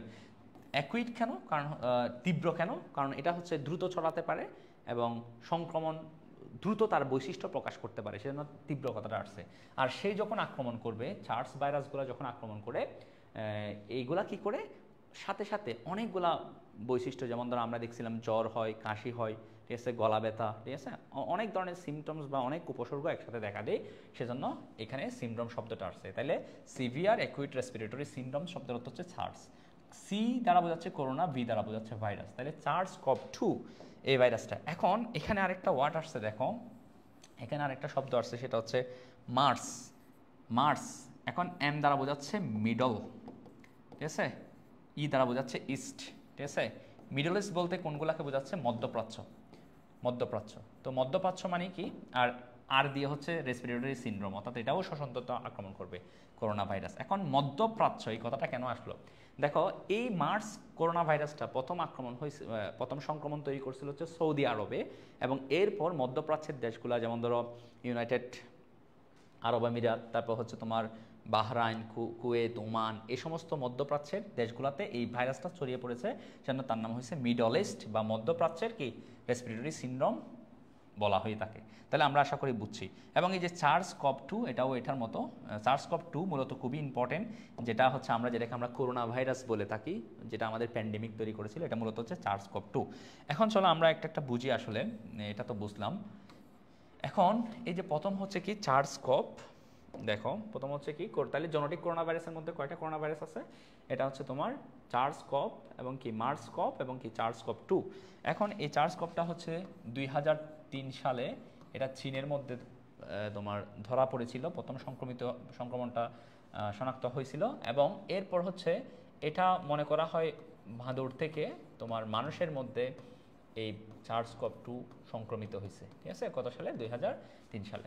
এরপর হচ্ছে মার্স কভ 2, এটা মনে করা, এটা হচ্ছে 2012 সালে তোমার প্রথম হচ্ছে তোমার মধ্যপ্রাচ্যের সৌদি আরবে প্রথম এটা শনাক্ত করা হয়, এবং এরপর মনে করা হয় এটা বাঁদর থেকে তোমার উটের মধ্যে, উট থেকে মানুষের মধ্যে কি হয়েছিল, এই ভাইরাসটা সংক্রমণ ঘটিয়েছিল। ঠিক আছে, এরপর হচ্ছে SARS-CoV-2, যে ভাইরাসটা খুবই ইম্পর্টেন্ট এবং যেটাকে আমরা বলেছিলাম হচ্ছে কি, এটাই মূলত হচ্ছে 2019 সালে যে তোমার নোভেল করোনা ভাইরাস তৈরি করেছিল সেটা, এবং করোনা ভাইরাস এবং কোভিড-19 যে তৈরি করেছিল সেই ভাইরাস। এখন এটা মনে করা হয় বাদুড় বা সামুদ্রিক প্রাণী থেকে মানুষের মধ্যে এই ভাইরাসটা ছড়িয়েছে বলে মনে করা হয়ে থাকে। ঠিক আছে, এখন দেখো এই যে SARS-CoV-2, এটাই মূলত কি, এটাকে আমরা বলেছিলাম কি 19 নোভেল করোনা ভাইরাস। ঠিক আছে, 19 নোভেল করোনা ভাইরাস। ঠিক আছে, প্রথম দিকে এটার নামটা ছিল, যেহেতু 2019 সালে প্রথম শনাক্ত করা হয়েছে, নোভেল করোনা ভাইরাস। এবং যে 19 নোভেল করোনা ভাইরাস দিয়ে মূলত অর্থাৎ SARS-CoV-2কে প্রথমে কি নামের তোমার সংজ্ঞায়িত করা হয়েছে বা ডাকা হয়েছে, সেটা হচ্ছে 19 নোভেল করোনা ভাইরাস। ঠিক আছে, এন দিয়ে বোঝাচ্ছে নোভেল করোনা ভাইরাস। এবং এটা মূলত কি তৈরি করে, কোভিড-19 রোগ তৈরি করে, যেটাকে কোভিড বলি আমরা। দেখো কোভিডের এখানে সিও দিয়ে হচ্ছে করোনা ভাইরাস, সিও দিয়ে হচ্ছে করোনা, ভি দিয়ে হচ্ছে ভাইরাস। ঠিক আছে, এবং এটা তোমার কি তৈরি করে, ভাইরাস দিয়ে তোমার ভিআই দিয়ে হচ্ছে ভাইরাস, ডি দিয়ে হচ্ছে ডিজিজ। তাহলে করোনা ভাইরাস দ্বারা সৃষ্ট ডিজিজকে বা রোগকে আমরা কি বলি, কোভিড বলি। এবং এই কোভিডটা কত সালে, 2019 সালে এটা প্রথম তোমার শনাক্ত হয়। এবং মনে রাখবে ওয়ার্ল্ড, এটা একটু মনে রাখিও, বা ওয়ার্ল্ড হেলথ অর্গানাইজেশন, এটা মেবি 11 মার্চ 2020 সালে, এই যে কোভিড বা করোনা ভাইরাসকে, কোভিডকে কি বলছে, বৈশ্বিক প্যান্ডেমিক হিসেবে ঘোষণা করছে, প্যান্ডেমিক বা বৈশ্বিক মহামারী হিসেবে ঘোষণা করছে। ঠিক আছে, প্যান্ডেমিক কি, যেই রোগটা তোমার একদম পৃথিবীর বিভিন্ন তোমার বেশিরভাগ দেশে কি করবে, ছড়িয়ে পড়বে, সেই ধরনের রোগগুলোকে আমরা কি বলবো, এগুলো মহামারী আকার ধারণ করেছে বা প্যান্ডেমিক বলতে পারি। প্যান্ডেমিকের সাথে তোমাদের বইয়ে আরও ওয়ার্ড দুইটা দেখবে, একটা হচ্ছে এন্ডেমিক, ইন মানে হচ্ছে ভিতরে, অভ্যন্তরে। ডেমিক শব্দটা আসছে ডেমোস থেকে, যার অর্থ হচ্ছে জনগণ। অর্থাৎ একটা দেশের অভ্যন্তরে, খুবই একটা সংকীর্ণ অঞ্চলে বা একটা দেশের অভ্যন্তরে যদি তোমার এই রোগটা ছড়ায়, তখন তাকে বলবো এন্ডেমিক। একটা দেশ বা একটা সুনির্দিষ্ট অঞ্চলের ভিতরে আছে, এটা হচ্ছে এন্ডেমিক। যেমন ধরো মার্স কিন্তু একটা এন্ডেমিক, কারণ কি, সেটা শুধুমাত্র মধ্যপ্রাচ্যের মধ্যেই কি ছিল, দেশগুলোতে সীমাবদ্ধ ছিল। ঠিক আছে, এরপর তোমার একটা হচ্ছে একটাকে বলা হচ্ছে ইপিডেমিক। ঠিক আছে, একটা ওয়ার্ড ছিল ইপিডেমিক। ঠিক আছে, ইপি শব্দের অর্থ হচ্ছে বাইরে। ঠিক আছে, আর ডেমিক শব্দটা আসছে বলেছিলাম ডেমোস থেকে, যার অর্থ হচ্ছে জনগণ। অর্থাৎ একটা দেশ ছাড়াও, দেশের বাইরে, একটা নির্দিষ্ট অঞ্চল ছাড়াও এর বাইরে কিছু বিস্তৃত অঞ্চলে, যেমন ধরো আফ্রিকা মহাদেশের মধ্যে ইবোলা ছড়িয়েছিল, ইবোলা ভাইরাস, বা যেটাকে বলেছিল ইবিডি, অর্থাৎ ইবোলা ভাইরাস ডিজিজ, যেটাকে আমরা ইবোলা দ্বারা সৃষ্ট রোগকে বলা হয় ইবিডি বা ইবোলা ভাইরাস ডিজিজ। ঠিক আছে, এই রোগটা হয়েছিল। ঠিক আছে, এটা মূলত আফ্রিকার মধ্যে হয়েছিল এবং এটাকে ইপিডেমিক বলা হয়, কারণ এটা শুধু নির্দিষ্ট কয়েকটা দেশের মধ্যে ছিল না, পুরো আফ্রিকা মহাদেশের মধ্যে বিভিন্ন অঞ্চলের মধ্যে এটা ছড়িয়ে পড়েছিল। তাহলে তোমরা প্যান্ডেমিক, এন্ডেমিক এবং ইপিডেমিক এই ওয়ার্ডগুলোর সাথে পরিচিত হয়ে নেবা, তোমাদের বইয়ের সংজ্ঞা দেওয়া আছে, একটু পড়ে নিবা। ঠিক আছে, সো আমাকে একটু কাইন্ডলি জানাও হচ্ছে তোমরা যে এই করোনা ভাইরাসের স্ট্রাকচার সম্পর্কে এবং করোনা ভাইরাসের বিভিন্ন টাইপ সম্পর্কে তোমরা বুঝতে পারছো কিনা, কাইন্ডলি একটু আমাকে জানাও যে বুঝতে পারছো কিনা যারা আমার সাথে আছো।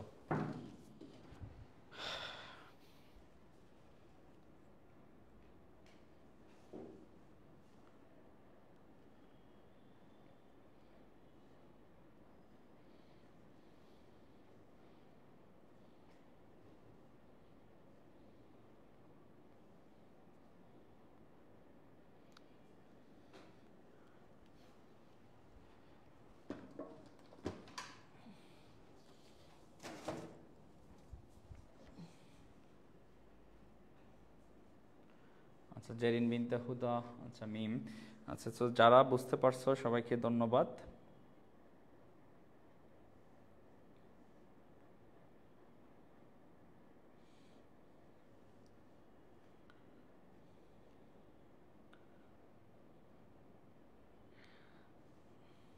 আচ্ছা, সো এরপর তাহলে আমরা আজকে তিনটা ভাইরাস সম্পর্কে পড়লাম। একটা হচ্ছে তোমার কি, একটা ছিল তোমার টিএমবি, টোবাকো মোজাইক ভাইরাস, এটা আসতে পারে পরীক্ষায়। সবচেয়ে বেশি ইম্পর্টেন্ট যেটা, সেটা হচ্ছে টিটু ফাস ভাইরাস। টিটু ফাস ভাইরাসের যে গঠন এটা আমরা পড়বো। সবচেয়ে বেশি ইম্পর্টেন্ট এই তিনটা ভাইরাসের মধ্যে কি, টিটু ফাস ভাইরাস, এবং এটা আমরা পড়বো। এবং এরপর হচ্ছে করোনা ভাইরাস নিয়ে আমরা আলোচনা করেছি। আশা করি করোনা ভাইরাসের যে স্ট্রাকচার আমরা বলেছিলাম, এই যে স্ট্রাকচারের কথা এটা তোমাদের বোঝায় এসেছে এবং টাইপগুলোর কথা বুঝতে পেরেছো, ঠিক আছে। এরপর আমি যেটা নিয়ে আলোচনা করব সেটা হচ্ছে T2 ভাইরাসের বংশবৃদ্ধি। এরপর গুরুত্বপূর্ণ, খুবই গুরুত্বপূর্ণ, পরীক্ষা কিন্তু এটা বেশি আসে, যে ভাইরাসের বংশবৃদ্ধি। ভাইরাসের বংশবৃদ্ধি বা যেটাকে বলা হয় ভাইরাসের কি সংখ্যা বৃদ্ধিও বলা হয়ে থাকে, ঠিক আছে। আচ্ছা, ভাইরাসের কি সংখ্যা বৃদ্ধি, একটা ভাইরাস কিভাবে সংখ্যা বৃদ্ধি করে তা আমরা এখানে আলোচনা করব। আচ্ছা, তো তোমাদের বইয়ের মধ্যে ভাইরাসের সংখ্যা বৃদ্ধি আলোচনা করছে, এখানে মূলত T2 ভাইরাসের সংখ্যা বৃদ্ধির কথা আলোচনা করছে। কোন ভাইরাসের সংখ্যা বৃদ্ধি নিয়ে আলোচনা করছে সেটা হচ্ছে কি, আমি লিখতেছি ব্যাকটেরিওফাজ ভাইরাসে, ব্যাকটেরিওফাজ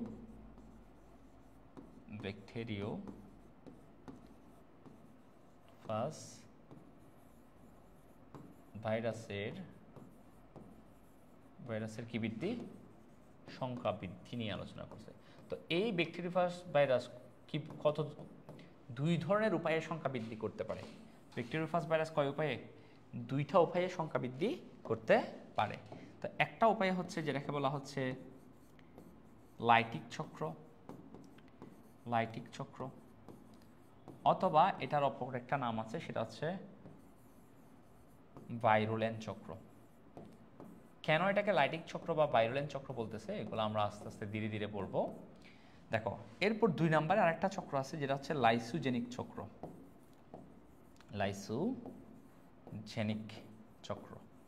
তো লাইসোজেনিক কেন নাম হয়েছে এটাও আমরা দেখব। এরপর লাইসোজেনিক চক্র অপর একটা নাম আছে টেম্পারেট দশা বা টেম্পারেট চক্রও বলা হয়ে থাকে। তো এখানে দেখতে পাচ্ছ তোমরা, তাহলে ব্যাকটেরিওফাজ কত ধরনের উপায়ে সংখ্যা বৃদ্ধি করে, কয়টা চক্র আছে, দুইটা চক্র আছে। একটা হচ্ছে তোমরা দেখতে পাচ্ছ হচ্ছে লাইটিক চক্র বা ভাইরুলেন্ট চক্র, একটা হচ্ছে লাইসোজেনিক চক্র বা টেম্পারেট চক্র। এখন এই যে লাইটিক চক্র তোমরা দেখতেছো, এখানে যে লাইটিক চক্র দেখতেছো, লাইটিক চক্রের মাধ্যমে কারা কারা আসলে সংখ্যা বৃদ্ধি করে, এগুলোর মধ্যে আছে তোমার টি সিরিজভুক্ত পাঁচগুলা, অর্থাৎ তোমার T2, T4, T6, এই পাঁচগুলো আসলে তোমার লাইটিক চক্র অনুসরণ করে, ঠিক আছে। এরপর হচ্ছে লাইসোজেনিক চক্র অনুসরণ করে হচ্ছে ল্যামডাফাস ছাড়াও তোমার আছে তোমার M13 কোলিফাস, এরপর আছে হচ্ছে P1 ফাস। এই ভাইরাসগুলাও কি করে লাইসোজেনিক চক্র বা টেম্পারেট চক্রের মাধ্যমে কি করে সংখ্যা বৃদ্ধি করে। সো আমাদের পরীক্ষা আসার মতো খুবই ইম্পর্টেন্ট যে চক্রটা সেটা হচ্ছে লাইটিক চক্র বা ভাইরুলেন্ট চক্র। সো আজকে আমি প্রথমে আলোচনা করব হচ্ছে লাইটিক চক্র নিয়ে। লাইটিক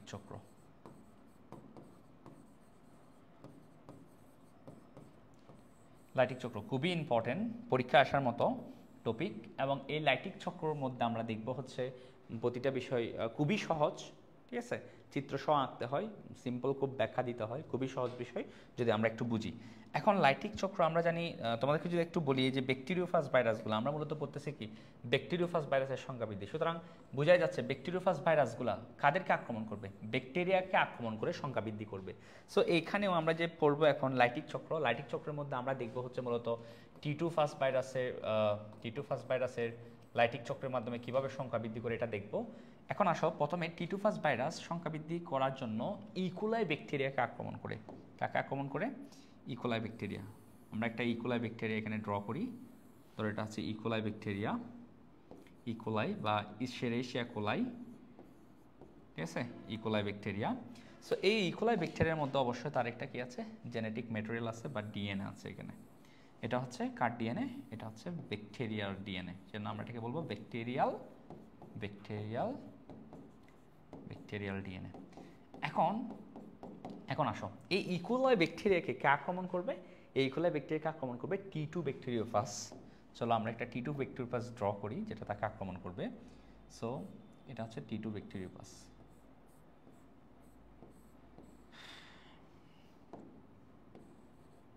এটা হচ্ছে তার বেস পেট, এখানে তার ডিএনএ আছে, এটা হচ্ছে কলার ধরো, এরপর হচ্ছে এগুলো হচ্ছে স্পর্শক তন্তু। এখন মনে রাখবে এই T2 ইকোলাইয়ের কোষ প্রাচীরের মধ্যে কিছু বিশেষ প্রোটিন আছে, কিছু বিশেষ কি আছে, প্রোটিন আছে, যে প্রোটিনগুলা মূলত যে প্রোটিনগুলা সাথে যুক্ত হতে পারে কে, এই যে তোমরা দেখতে পাচ্ছ স্পর্শক তন্তু T2 পাসের, এই স্পর্শক তন্তু এই প্রোটিনগুলোর সাথে কি হতে পারে, ইকোলাইয়ের এই প্রোটিনগুলোর সাথে যুক্ত হতে পারে। সুতরাং এই প্রোটিনগুলো আমরা কি বলবো, এগুলোকে বলবো রিসেপ্টর। ঠিক আছে, রিসেপ্টর। এই রিসেপ্টরগুলা কার গায়ে আছে, এগুলো হচ্ছে ইকোলাইয়ের কোষ প্রাচীরের মধ্যে আছে। এই রিসেপ্টরগুলার সাথে যুক্ত হতে পারে কে, এই রিসেপ্টরগুলোর সাথে যুক্ত হতে পারে হচ্ছে এই T2 পাসের স্পর্শক তন্তুগুলা। স্পর্শক তন্তু তোমরা জানো প্রোটিন দিয়ে তৈরি। T2 পাসের মধ্যে শুধুমাত্র এটা ডিএনএ, বাকি সব হচ্ছে প্রোটিন। বেস প্লেট, ব্লো, স্পর্শক তন্তুগুলো সব প্রোটিন। তাহলে এই প্রোটিনটা, এখানে যে রিসেপ্টর প্রোটিন আছে এটাও প্রোটিন, এটাও প্রোটিন। এই প্রোটিনের সাথে এসে বিক্রিয়া করে, ঠিক আছে, ফলে এই T2 পাসটা কার সাথে, ইকোলাইয়ের সাথে যুক্ত হয়। এবং এখানে প্রথম ধাপ, এটা হচ্ছে ধাপ 1 অবশ্যই। এই ধাপ 1কে তোমরা বলবা হচ্ছে ধাপ 1, এই ধাপ 1, এই ধাপ 1কে তোমরা বলবা হচ্ছে কি, এটা হচ্ছে সংযুক্তি। এটাকে কি বলা হয়, ধাপ 1কে কি বলা হয়, ধাপগুলো অবশ্যই ধাপগুলো লিখে বর্ণনা করতে হবে। সংযুক্তি অথবা পৃষ্ঠ লগ্নিভবন, ঠিক আছে, লগ্নিভবন। ইংরেজিতে বলা হয় তাকে কি, ইংরেজিতে বলা হয় তাকে অ্যাটাচমেন্ট বা সংযুক্তি বা ল্যান্ডিং বলা হয় তাকে। তাহলে আমরা কি বলবো, আমরা যেটা বলবো সেটা হচ্ছে, কিভাবে ব্যাখ্যা করবো এটা বলবো হচ্ছে, এই যে ইকোলাইয়ের যে কোষ প্রাচীর আছে, এই কোষ প্রাচীরে T2 পাসের জন্য কি আছে, রিসেপ্টর প্রোটিন আছে, রিসেপ্টর প্রোটিন আছে। যেই রিসেপ্টর প্রোটিনের সাথে স্পর্শক তন্তুগুলার প্রোটিন বা স্পর্শক তন্তু কি করে, বিক্রিয়া করে তোমার T2 পাস ভাইরাসটা ইকোলাই ব্যাকটেরিয়ার সাথে কি হয়, যুক্ত হয়। এই ঘটনাকে বলবো আমরা কি, সংযুক্তি বা পৃষ্ঠলগ্নিভবন। এই যুক্ত হওয়ার মাধ্যমে এই যে আক্রমণের কি ঘটে, সূচনা ঘটে। তো আশা করি এতটুকু বুঝতে পারছো কিনা, কাইন্ডলি একটু, প্রত্যেকটা ধাপ ইম্পর্টেন্ট, আমি জিজ্ঞেস করবো সবাইকে, কাইন্ডলি এটা বুঝতে পারছো কিনা আমাকে একটু জানাও। আচ্ছা, এই ধাপ 1 যেটা হচ্ছে লাইটিক চক্রের প্রথম ধাপ, যেটা হচ্ছে প্রথমে ইকোলাই ব্যাকটেরিয়ার সাথে কে যুক্ত হবে, T2 পাস যুক্ত হবে। এই বিষয়টা তোমরা বুঝতে পারছো কিনা?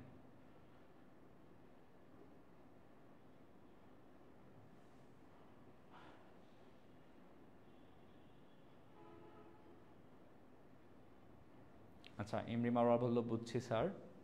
আচ্ছা, ইসমাইল উদ্দিন, মুনতাসির, সাইমন আছে,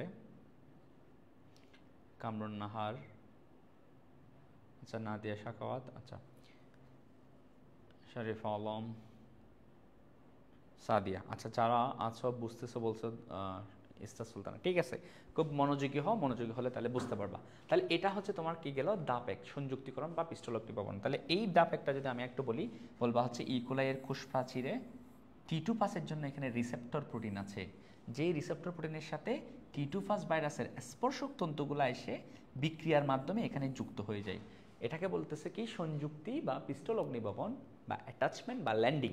এর মাধ্যমে তোমার কি হয়, লাইটিক চক্রের কিন্তু সূচনা হয়। এখন আসো, গেল এটা যাওয়ার পর হচ্ছে আমাদের এই যে ধাপ 1 যাওয়ার পর আমরা দেখব হচ্ছে ধাপ 2, ঠিক আছে, ধাপ 1 যাওয়ার পর কি দেখব, আমরা দেখব হচ্ছে ধাপ 2।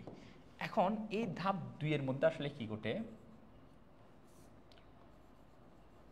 ধাপ 2, এখন এই ধাপ 2 এর মধ্যে আসলে এটাকে বলা হয়, তাকে ধাপ 2 কে বলা হয় তাকে পাস ডিএনএ অনুপ্রবেশ। পাস ডিএনএ কি, অনুপ্রবেশ, ঠিক আছে। এটা আমরা একটু দেখব, আসলে এই চিত্রটাকে থেকে আমরা দেখে ফেলতে পারি আসলে পাস ডিএনএ অনুপ্রবেশটা। একটু এখানে যদি লক্ষ্য করি, তাহলে দ্বিতীয় ধাপটা কি, দ্বিতীয় ধাপটা হচ্ছে পাস ডিএনএ অনুপ্রবেশ। দেখো এখানে আমরা 2 নম্বর ধাপটা একসাথে দেখে ফেলি। ধাপ 2 হচ্ছে কি, ফার্স্ট ডিএনএ। ফার্স্ট ডিএনএ বলতে বোঝাচ্ছে এই যে ডিএনএটাকে, এই এখানে যে ডিএনএটা আছে, আমি এটাকে যদি এভাবে কালার দিই, এই যে এই ডিএনএটা, অর্থাৎ এখানে ফার্স্ট ডিএনএ যেটা আছে এটাকে বলছে ফার্স্ট ডিএনএ। ফার্স্ট ডিএনএ কী করবে, অনুপ্রবেশ করবে, অনুপ্রবেশ। দ্বিতীয় ধাপে অনুপ্রবেশ কোথায় করবে, এই জায়গার মধ্যে। তাহলে আসো, এখানে যে তোমার কি আছে, ল্যাচটা আছে, তোমরা দেখতে পাচ্ছ এখানে একটা ল্যাচ। এই ল্যাচটা কিন্তু কি করবে, সংকুচিত করবে, সংকুচিত করে একটা বিশেষ প্রেসার প্রয়োগ করবে, প্রয়োগ করে এই জায়গার মধ্যে তোমার কি করবে, একটা ছিদ্র তৈরি করবে। এই জায়গার মধ্যে একটা তারা ছিদ্র তৈরি করে, যেই ছিদ্রের মাধ্যমে ধরো একটা ছিদ্র তৈরি করলো প্রেসার প্রয়োগ করে, একটা এনজাইম দিয়ে, লাইসোজাইম এনজাইম ইউজ করে। তো এনজাইম দিয়ে একটা ছিদ্র তৈরি করার পর একটা বিশেষ প্রেসার দিয়ে কি করে, এই ডিএনএটাকে এইখানে, অর্থাৎ কার ভিতরে, ইকোলাইয়ের ভিতরে প্রবেশ করিয়ে দেয়।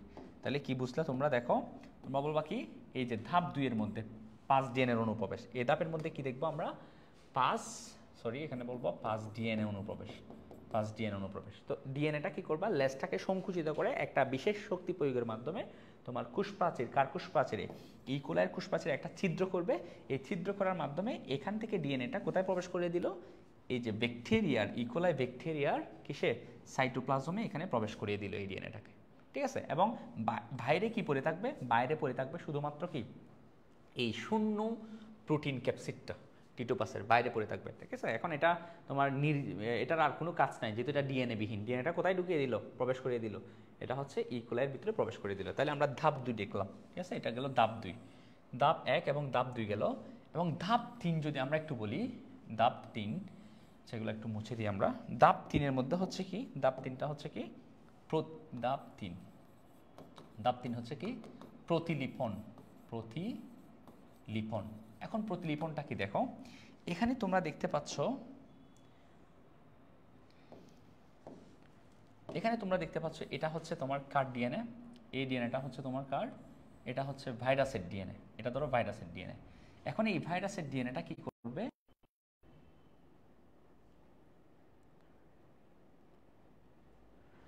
আচ্ছা এই কাইন্ডলি আমাকে একটু জানাও তো, একটু ডিস্টার্ব করলো কিনা। আচ্ছা এখন দেখো ধাপ 2 আমরা যেটা বলছিলাম, এখানে ডিএনএটা প্রবেশ করার পর, ঠিক আছে, ডিএনএটা প্রবেশ করার পর এই ডিএনএ থেকে একটা কি তৈরি হবে, একটা এমআরএনএ তৈরি হলো, ঠিক আছে।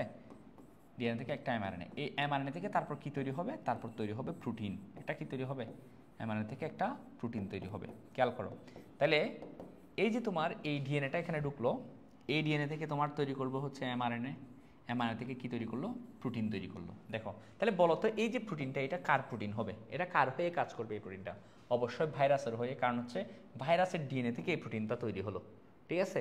তো এই প্রোটিনটা গিয়ে কি করবে, এখানে যে তোমরা দেখতে পাচ্ছ ব্যাকটেরিয়ার যে তোমার ব্যাকটেরিয়ার যে একটা ডিএনএ আছে, এই ডিএনএটাকে কি করবে, খণ্ড বিখণ্ড করে ধ্বংস করে দিবে, ঠিক আছে। ডিএনএটাকে এরকম খণ্ড বিখণ্ডিত করে দিবে, ঠিক আছে। কার ডিএনএটাকে, তোমার ভাইরাসের ডিএনএটাকে। যদি আমি এটা ভিন্ন কালার দিয়ে একটু দেখো, তাহলে এখান থেকে ডিএনএ থেকে এমআরএনএ, এমআরএনএ থেকে কিছু প্রোটিন তৈরি হবে। এই প্রোটিনগুলো কি এই যে ডিএনএটাকে, ব্যাকটেরিয়ার ডিএনএটাকে কি করে দিবে, খণ্ড বিখণ্ডিত করে দিবে, ঠিক আছে। ফলে দেখো যখন ব্যাকটেরিয়ার ডিএনএকে খণ্ড বিখণ্ডিত করে দিল, তাহলে এখানে আর কোনো কি থাকবে না, ব্যাকটেরিয়ার যেহেতু ডিএনএটা নষ্ট হয়ে গেল, তাহলে এখানে আর এই কোষের মধ্যে ব্যাকটেরিয়ার কোনো কর্তৃত্ব থাকবে না। এখন একটা বিষয় বুঝো, দেখো তোমরা জানো হচ্ছে ডিএনএ থেকে তোমার কি তৈরি হওয়া, এমআরএনএ তৈরি হওয়াকে বলা হচ্ছে ট্রান্সক্রিপশন। কি বলা হয়, ট্রান্সক্রিপশন। এখন এই ট্রান্সক্রিপশনের জন্য তোমরা জানো একটা এনজাইম লাগে, সেটাকে বলা হয় আরএনএ পলিমারেজ, ঠিক আছে। এখন এই আরএনএ পলিমারেজ এনজাইম বা যা যা লাগে, যত কিছু লাগে ডিএনএ থেকে এমআরএনএ, এমআরএনএ থেকে প্রোটিন তৈরি হওয়ার জন্য যত কিছু লাগে, ঠিক আছে, কোনো কিছু কিন্তু ভাইরাসের না, ভাইরাস শুধুমাত্র এখানে ডিএনএটা আনছে। তাহলে ভাইরাসের এই যে ডিএনএটা সবগুলা আরএনএ পলিমারেজ বলো, যত এনজাইম লাগে সবগুলা কিন্তু কার ইউজ করছে, ব্যাকটেরিয়া ইউজ করছে। তাহলে আমরা কি বলবো, এরপর বলবো হচ্ছে আমরা এই যে ভাইরাসের ডিএনএটা তোমার ব্যাকটেরিয়ার আরএনএ পলিমারেজ এনজাইম সহ অন্যান্য এনজাইম ইউজ করে প্রথমে একটা কি বানাবে, এমআরএনএ থেকে কি বানাবে, প্রোটিন। আর এই প্রোটিনটা কি করবে, ব্যাকটেরিয়ার ডিএনএকে কি করবে, খণ্ড বিখণ্ডিত করে দিবে। ফলে তোমার ব্যাকটেরিয়ার ডিএনএটা যদি নষ্ট হয়ে যায়, এই পুরা কোষটার কর্তৃত্ব নিয়ে নিবে হচ্ছে কে, তোমার এই যে তোমরা দেখতে পাচ্ছ এখানে ভাইরাসের ডিএনএটা, ঠিক আছে। অতটুকু বুঝতে পারছো কিনা একটু বলো আমাকে, অতটুকু বুঝতে পারছো কিনা একটু বলো।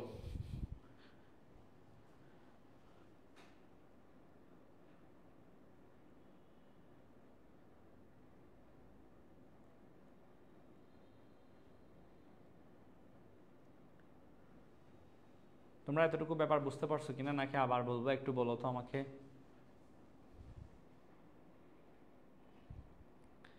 আচ্ছা তাহলে আমরা কি বুঝলাম এখান থেকে, প্রথমে হচ্ছে আমি যদি আরেকটু বলি, সেটা হচ্ছে কি আমরা দেখলাম এই ভাইরাসের ডিএনএটা ব্যাকটেরিয়ার আরএনএ পলিমারেজ সহ অন্যান্য এনজাইম ইউজ করে কি তৈরি করছে, এমআরএনএ, এমআরএনএ থেকে এরপর ট্রান্সলেশনের মাধ্যমে কি বানাইছে প্রোটিন।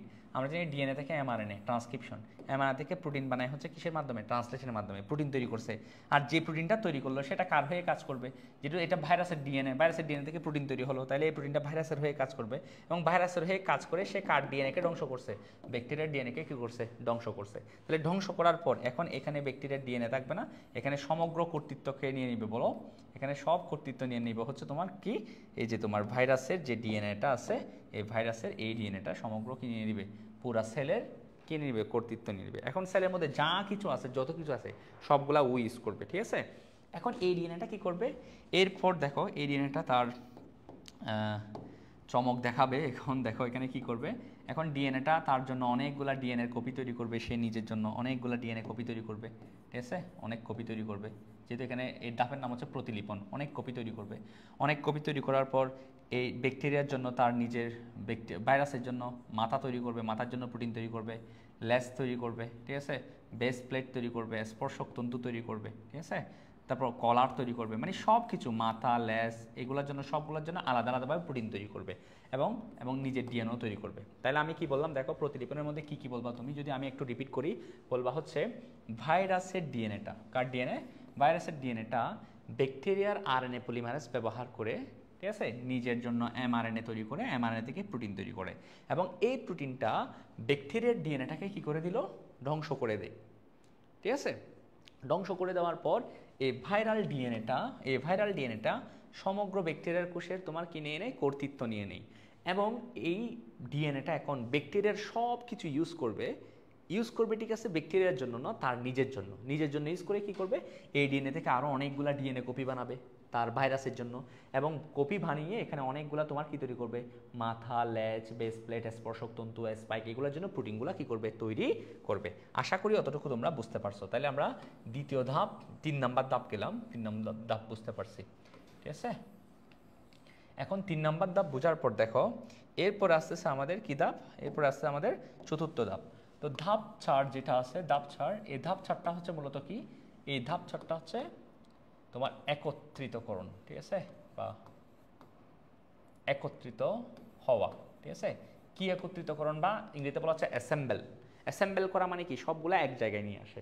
এখন দেখো কিভাবে এক জায়গায় নিয়ে আসবে সবগুলা, দেখো এখানে সব আলাদা আলাদা তৈরি হয়েছে, মাথা লেজ স্পর্শক তন্তু। ও কি করবে, এখন আমি যদি একটু ব্যাপারটা এখানে দেখাই, ও কি করবে, একটা মাথার প্রোটিন নিবে, একটা মাথার প্রোটিন নিয়ে তার সাথে তার ভিতরে একটা ডিএনএ কপি যেগুলো তৈরি করছে একটা ডিএনএ কপি ঢুকাবে, তারপর তার সাথে লেজকে জুড়ে দিবে, ঠিক আছে, লেজের সাথে বেস প্লেট জুড়ে দিবে, এরপর স্পর্শক তন্তু লাগাবে, এরপর হচ্ছে স্পাইক লাগাবে, এরকম করে করে সবগুলা অনেকগুলা কি তৈরি করবে, মাথার সাথে লেজের সাথে বেস প্লেট স্পর্শক তন্তু এরকম দিয়ে দিয়ে অনেকগুলা ভাইরাস কি করবে, এভাবে অনেকগুলা ভাইরাস কি করবে, এখানে ধরো কলার, অনেকগুলা ভাইরাস সে তৈরি করবে, অনেকগুলা ভাইরাস সে কী করবে, তৈরি করবে। তাহলে এরকম সবগুলা মানে যেগুলা তৈরি করছে আলাদা আলাদাভাবে সবগুলাকে এখন অ্যাসেম্বল করবে, একত্রিত করবে, অর্থাৎ এক জায়গায় সবগুলাকে নিয়ে পূর্ণাঙ্গ ভাইরাস তৈরি করবে। কি ভাইরাস তৈরি করবে, একটা পূর্ণাঙ্গ ভাইরাস কি করবে, তৈরি করবে। এখন এই পূর্ণাঙ্গ ভাইরাস তৈরি হওয়ার পর সে কি করবে, পূর্ণাঙ্গ ভাইরাসগুলো সবাই একটা এনজাইম রিলিজ করবে, এরা সবাই কি করবে, এরা সবাই একটা এনজাইম রিলিজ করবে, এনজাইমটার নাম হচ্ছে লাইসোজাইম, ঠিক আছে, লাইসোজাইম।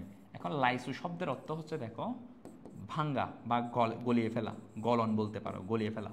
তো লাইসোজাইম এনজাইমটা কি করবে, এই যে এই ব্যাকটেরিয়ার কোষ প্রাচীর আছে এটাকে গলিয়ে ফেলবে, ঠিক আছে, এইটাকে কোষ প্রাচীরটাকে গলিয়ে ফেলে এই যে ব্যাকটেরিয়াগুলো এখান থেকে তোমার কি হয়ে যাবে, বাইরে বের হয়ে যাবে এবং অন্য ইকোলাকে কি করতে পারবে, ইকোলাই ভাইরাস ব্যাকটেরিয়াকে আক্রমণ করতে পারবে। তো এই যে এটা হচ্ছে ধাপ, যে বের হয়ে আসার ধাপ, এটা হচ্ছে ধাপ 5, ধাপ 5 যেটাকে বলা হচ্ছে নতুন ভাইরাস কি মুক্তি, ঠিক আছে, নতুন ভাইরাসের কি মুক্তি। তাহলে ধাপ 1-এ কি দেখলাম, পৃষ্ঠলগ্নিভবন বা সংযুক্তি, যেখানে কি বলবো একটা T2 ফাস্ট ভাইরাস, আমরা প্রথমে বলবো যে কোষ প্রাচীরে, কার কোষ প্রাচীরে, যে ইকোলাইয়ের কোষ প্রাচীরে T2 ফাস্ট ভাইরাসের জন্য কি থাকে, রিসেপ্টর প্রোটিন থাকে, এই প্রোটিনগুলোর সাথে T2 ফাস্ট ভাইরাসের স্পর্শক তন্তুগুলো এসে রাসায়নিক বিক্রিয়ার মাধ্যমে যুক্ত হয়, এটাকে বলবো হচ্ছে সংযুক্তি।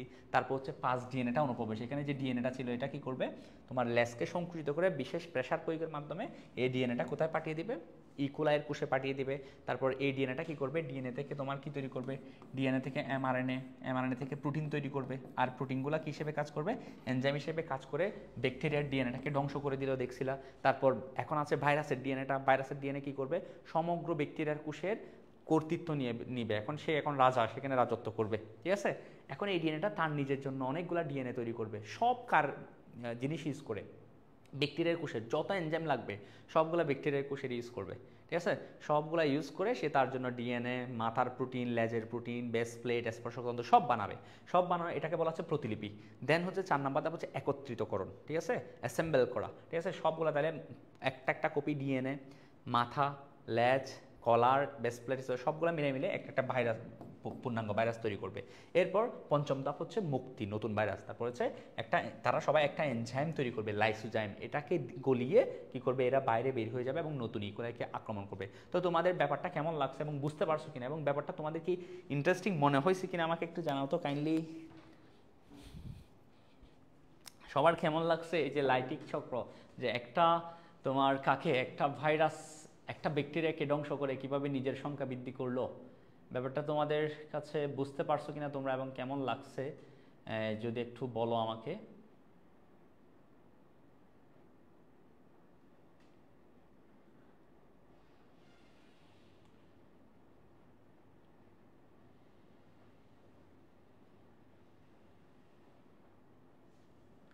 আচ্ছা, তোমরা বুঝতে পারছো কিনা কাইন্ডলি একটু রেসপন্স করো। লাইটিক চক্র খুবই ইম্পর্টেন্ট, তোমাদের বইয়ে দেখবা হচ্ছে 5টা ছবি দেওয়া আছে। আচ্ছা, সাদিয়া ইমরি বলল যে স্যার, আচ্ছা বুঝছি স্যার। তো এটা কিন্তু খুবই ইম্পর্টেন্ট, ঠিক আছে, অবশ্যই পড়বা। না বুঝলে ভিডিওটা যখন আমাদের তো থাকে এগুলা, তো তো কাইন্ডলি একটু দেখে নিবা দরকার হলে আবার, এবং পড়ে নিবা বারবার, ঠিক আছে। আচ্ছা,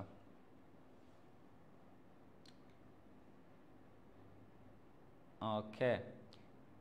শরীফ আলম, মেহেজাবিন বসরা, অনেকে আছে, ধন্যবাদ অনেকে যারা ক্লাস করতেছো। মিম আছে, হচ্ছে ইমরি মারওয়া, ধন্যবাদ সবাইকে। তো তোমরা যেহেতু ক্লাস করতেছো তোমাদেরকে সবাইকে ধন্যবাদ। এখন হচ্ছে দেখো, আমাদের প্রায় এই ক্লাস হচ্ছে শেষের দিকে। আমরা কিন্তু লাইটিক চক্র তো পড়েছি, আমরা তো জানি লাইটিক চক্র ছাড়াও দেখো আমরা পড়েছিলাম আর কি লাইসোজেনিক চক্র আছে। আরেকটা চক্র কি লাইসোজেনিক চক্র বা টেম্পারেচার। আচ্ছা, তোমাদেরকে একটা বিষয় বলি, লাইটিক চক্রকে কেন লাইটিক চক্র বলতেছে। দেখো, লাইটিক শব্দের অর্থ হচ্ছে গলিয়ে ফেলা বা ভেঙে ফেলা। তো তোমরা দেখছো কি এখানে ব্যাকটেরিয়ার কোষ প্রাচীরকে কি করে একদম ছিঁড়ে দিয়ে, একদম গলিয়ে দিয়ে বাইরে বেরিয়ে আসে নতুন ভাইরাসগুলো, টিটোপাসগুলো, সেজন্য এটার নাম হচ্ছে লাইটিক চক্র। আর ভাইরুলেন্ট শব্দের অর্থ হচ্ছে তোমার বলা যায় হচ্ছে ধ্বংসাত্মক বা মারাত্মক, ঠিক আছে, এরকম কিছু বলা যায়, বা ক্ষতিকর কিছু। তাহলে বলো তো, এই লাইটিক চক্র চালানোর সময় ইকোলাই ব্যাকটেরিয়ার চরম ক্ষতি হচ্ছে না, তার জীবনটা শেষ হয়ে যাচ্ছে না? তাহলে সেই জন্য এটার অপর নাম হচ্ছে, যেহেতু লাইটিক চক্র মাধ্যমে যখন টিটোপাস ভাইরাস তৈরি হয়, তখন কিন্তু ইকোলাই ভাইরাসের কি হচ্ছে, ক্ষতি হচ্ছে। ক্ষতি বলতে সে একদম কি মারাই গেছে, তাই না? সেজন্য এই চক্রটাকে কি বলা হচ্ছে, ভাইরুলেন্ট চক্র বলা হচ্ছে। দেন আমরা বলবো হচ্ছে লাইসোজেনিক চক্র বা টেম্পারেট চক্র, ঠিক আছে। আচ্ছা, তো লাইসোজেনিক চক্র বা টেম্পারেট চক্র আমরা পড়বো। এরপর লাইসোজেনিক চক্র বা টেম্পারেট চক্র আমাদের কোথায় ঘটে আমরা জানি হচ্ছে, দেখো আমরা যদি একটু বলি, দেখো তাও ইকোলাইকে আক্রমণ করবে। ধরো আমি এখানে একটা ইকোলাই ভাইরাস আঁকি, যে ইকোলাই, ঠিক আছে, ধরো এটা হচ্ছে ইকোলাই ভাইরাস। আচ্ছা, আমি ব্যাপারটাকে একটু বড় করে আঁকি। এটা হচ্ছে ইকোলাই, ইশেরেশিয়া কোলাই। এখন এই লাইসোজেনিক চক্র আমরা পড়তেছি কি, লাইসোজেনিক চক্র। আচ্ছা, তোমাদেরকে এখানে একটা বিষয় বলি, এই যে তোমরা কিছুক্ষণ আগে দেখছো হচ্ছে, আচ্ছা ব্যাপারটা এখানে বলি, একটা ইকোলাইকে তোমরা লাইটিক চক্রের মধ্যে কি দেখলা, একটা টিটোফাস যখন কি করছে, আক্রমণ করছে, তখন এরপর হচ্ছে নতুন ভাইরাস বের হয়ে আসছে, তাই না? অনেকগুলো ভাইরাস তৈরি হয়েছে এখানে। তো মনে রাখবে 30 মিনিটের মধ্যে বলা হচ্ছে লাইটিক চক্র, আমি লাইসোজেনিক চক্রের কথা বলতেছি না, লাইটিক চক্রতে একটু বলতেছি, 30 মিনিটের মধ্যে প্রায় 300টা নতুন ভাইরাস তৈরি করতে পারে। এবং দেখো এখানে একটা তোমাদের বইয়ে একটা ওয়ার্ড দেখবে, সেটা হচ্ছে ইক্লিপস কাল, ঠিক আছে। ইক্লিপস শব্দের অর্থ হচ্ছে লোকায়িত থাকা, ঠিক আছে। ইক্লিপস শব্দের অর্থ কি, লোকায়িত থাকা। তো ইক্লিপস কাল কাকে বলবা, লাইটিক চক্রের মধ্যে এটা দেওয়া আছে শেষের দিকে। তো ইক্লিপস কাল হচ্ছে কি, একটা টিটুফাস আক্রমণের পর যতক্ষণ পর্যন্ত পূর্ণাঙ্গ ভাইরাসগুলো ব্যাকটেরিয়াকে ভেদ করে বের হয়ে না আসে ওই সময়কালটাকে বলা হচ্ছে কি ইক্লিপস কাল। ইক্লিপস মানে হচ্ছে লুকায়িত থাকা, অর্থাৎ এখনও এর ভিতরে কাজ করতেছে, এখনও বের হয় নাই, ঠিক আছে। তাহলে আক্রমণের পর থেকে যতক্ষণ পর্যন্ত এখান থেকে ইকোলাই থেকে বের হয়ে না আসবে নতুন ভাইরাস, ওই সময়কালটাকে কি বলা হয়? ইক্লিপস কাল বলা হয়।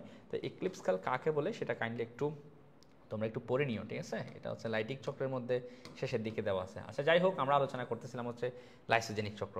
এখন এই লাইসোজেনিক চক্র আমরা দেখেছিলাম ঘটে হচ্ছে ল্যামডাফাসে, ল্যামডাফাস ভাইরাসে। টিটোফাসে তো লাইটিক চক্র ঘটে, লাইসোজেনিক, ল্যামডাফাস, তারপর হচ্ছে P1 ফাস, ঠিক আছে। এরপর আমরা দেখেছিলাম M13 কোলিফাস, ঠিক আছে, বা M13।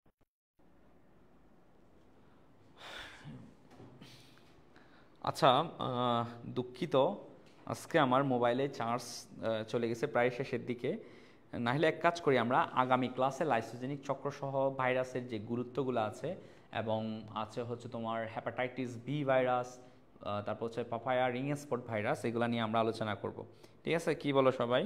আজকে ক্লাসটা এখানে শেষ করে দিচ্ছি, কারণ হচ্ছে মোবাইলে চার্জ নেই। এবং কাইন্ডলি একটু আমাকে বলো তোমরা বুঝতে পারছো কিনা ক্লাসটা, আর তোমরা কাইন্ডলি তোমাদের বন্ধুদেরকে এই বিষয়ে জানাই দিবা, ঠিক আছে। তো তোমাদের এই ক্লাসগুলো আমি কন্টিনিউ করতে চাচ্ছি, তোমরা যেন উপকৃত হও, তোমরা যেন বায়োলজিটা ভালো বুঝতে পারো, বায়োলজিতে ভালো করতে পারো। তবে কন্টিনিউ করতে হলে তোমাদেরকে অবশ্যই তোমাদের বন্ধুদের সাথে শেয়ার করতে হবে, বলতে হবে তোমাদের বন্ধুদেরকে আমার গ্রুপটাতে, যে বায়োলজি প্রো গ্রুপটাতে জয়েন করাতে হবে। ফলে আমি ক্লাস নেওয়ার একটা তোমার ক্লাস নিতে আমার ভালো লাগবে এই আর কি। সো সো অনেকে আছে, সো যারা বুঝতেছো বললা, তো আমার এখানে যারা আছো কাইন্ডলি এই ক্লাসের নোটগুলো তোমরা শেয়ার করে দিও তাইলে, ঠিক আছে।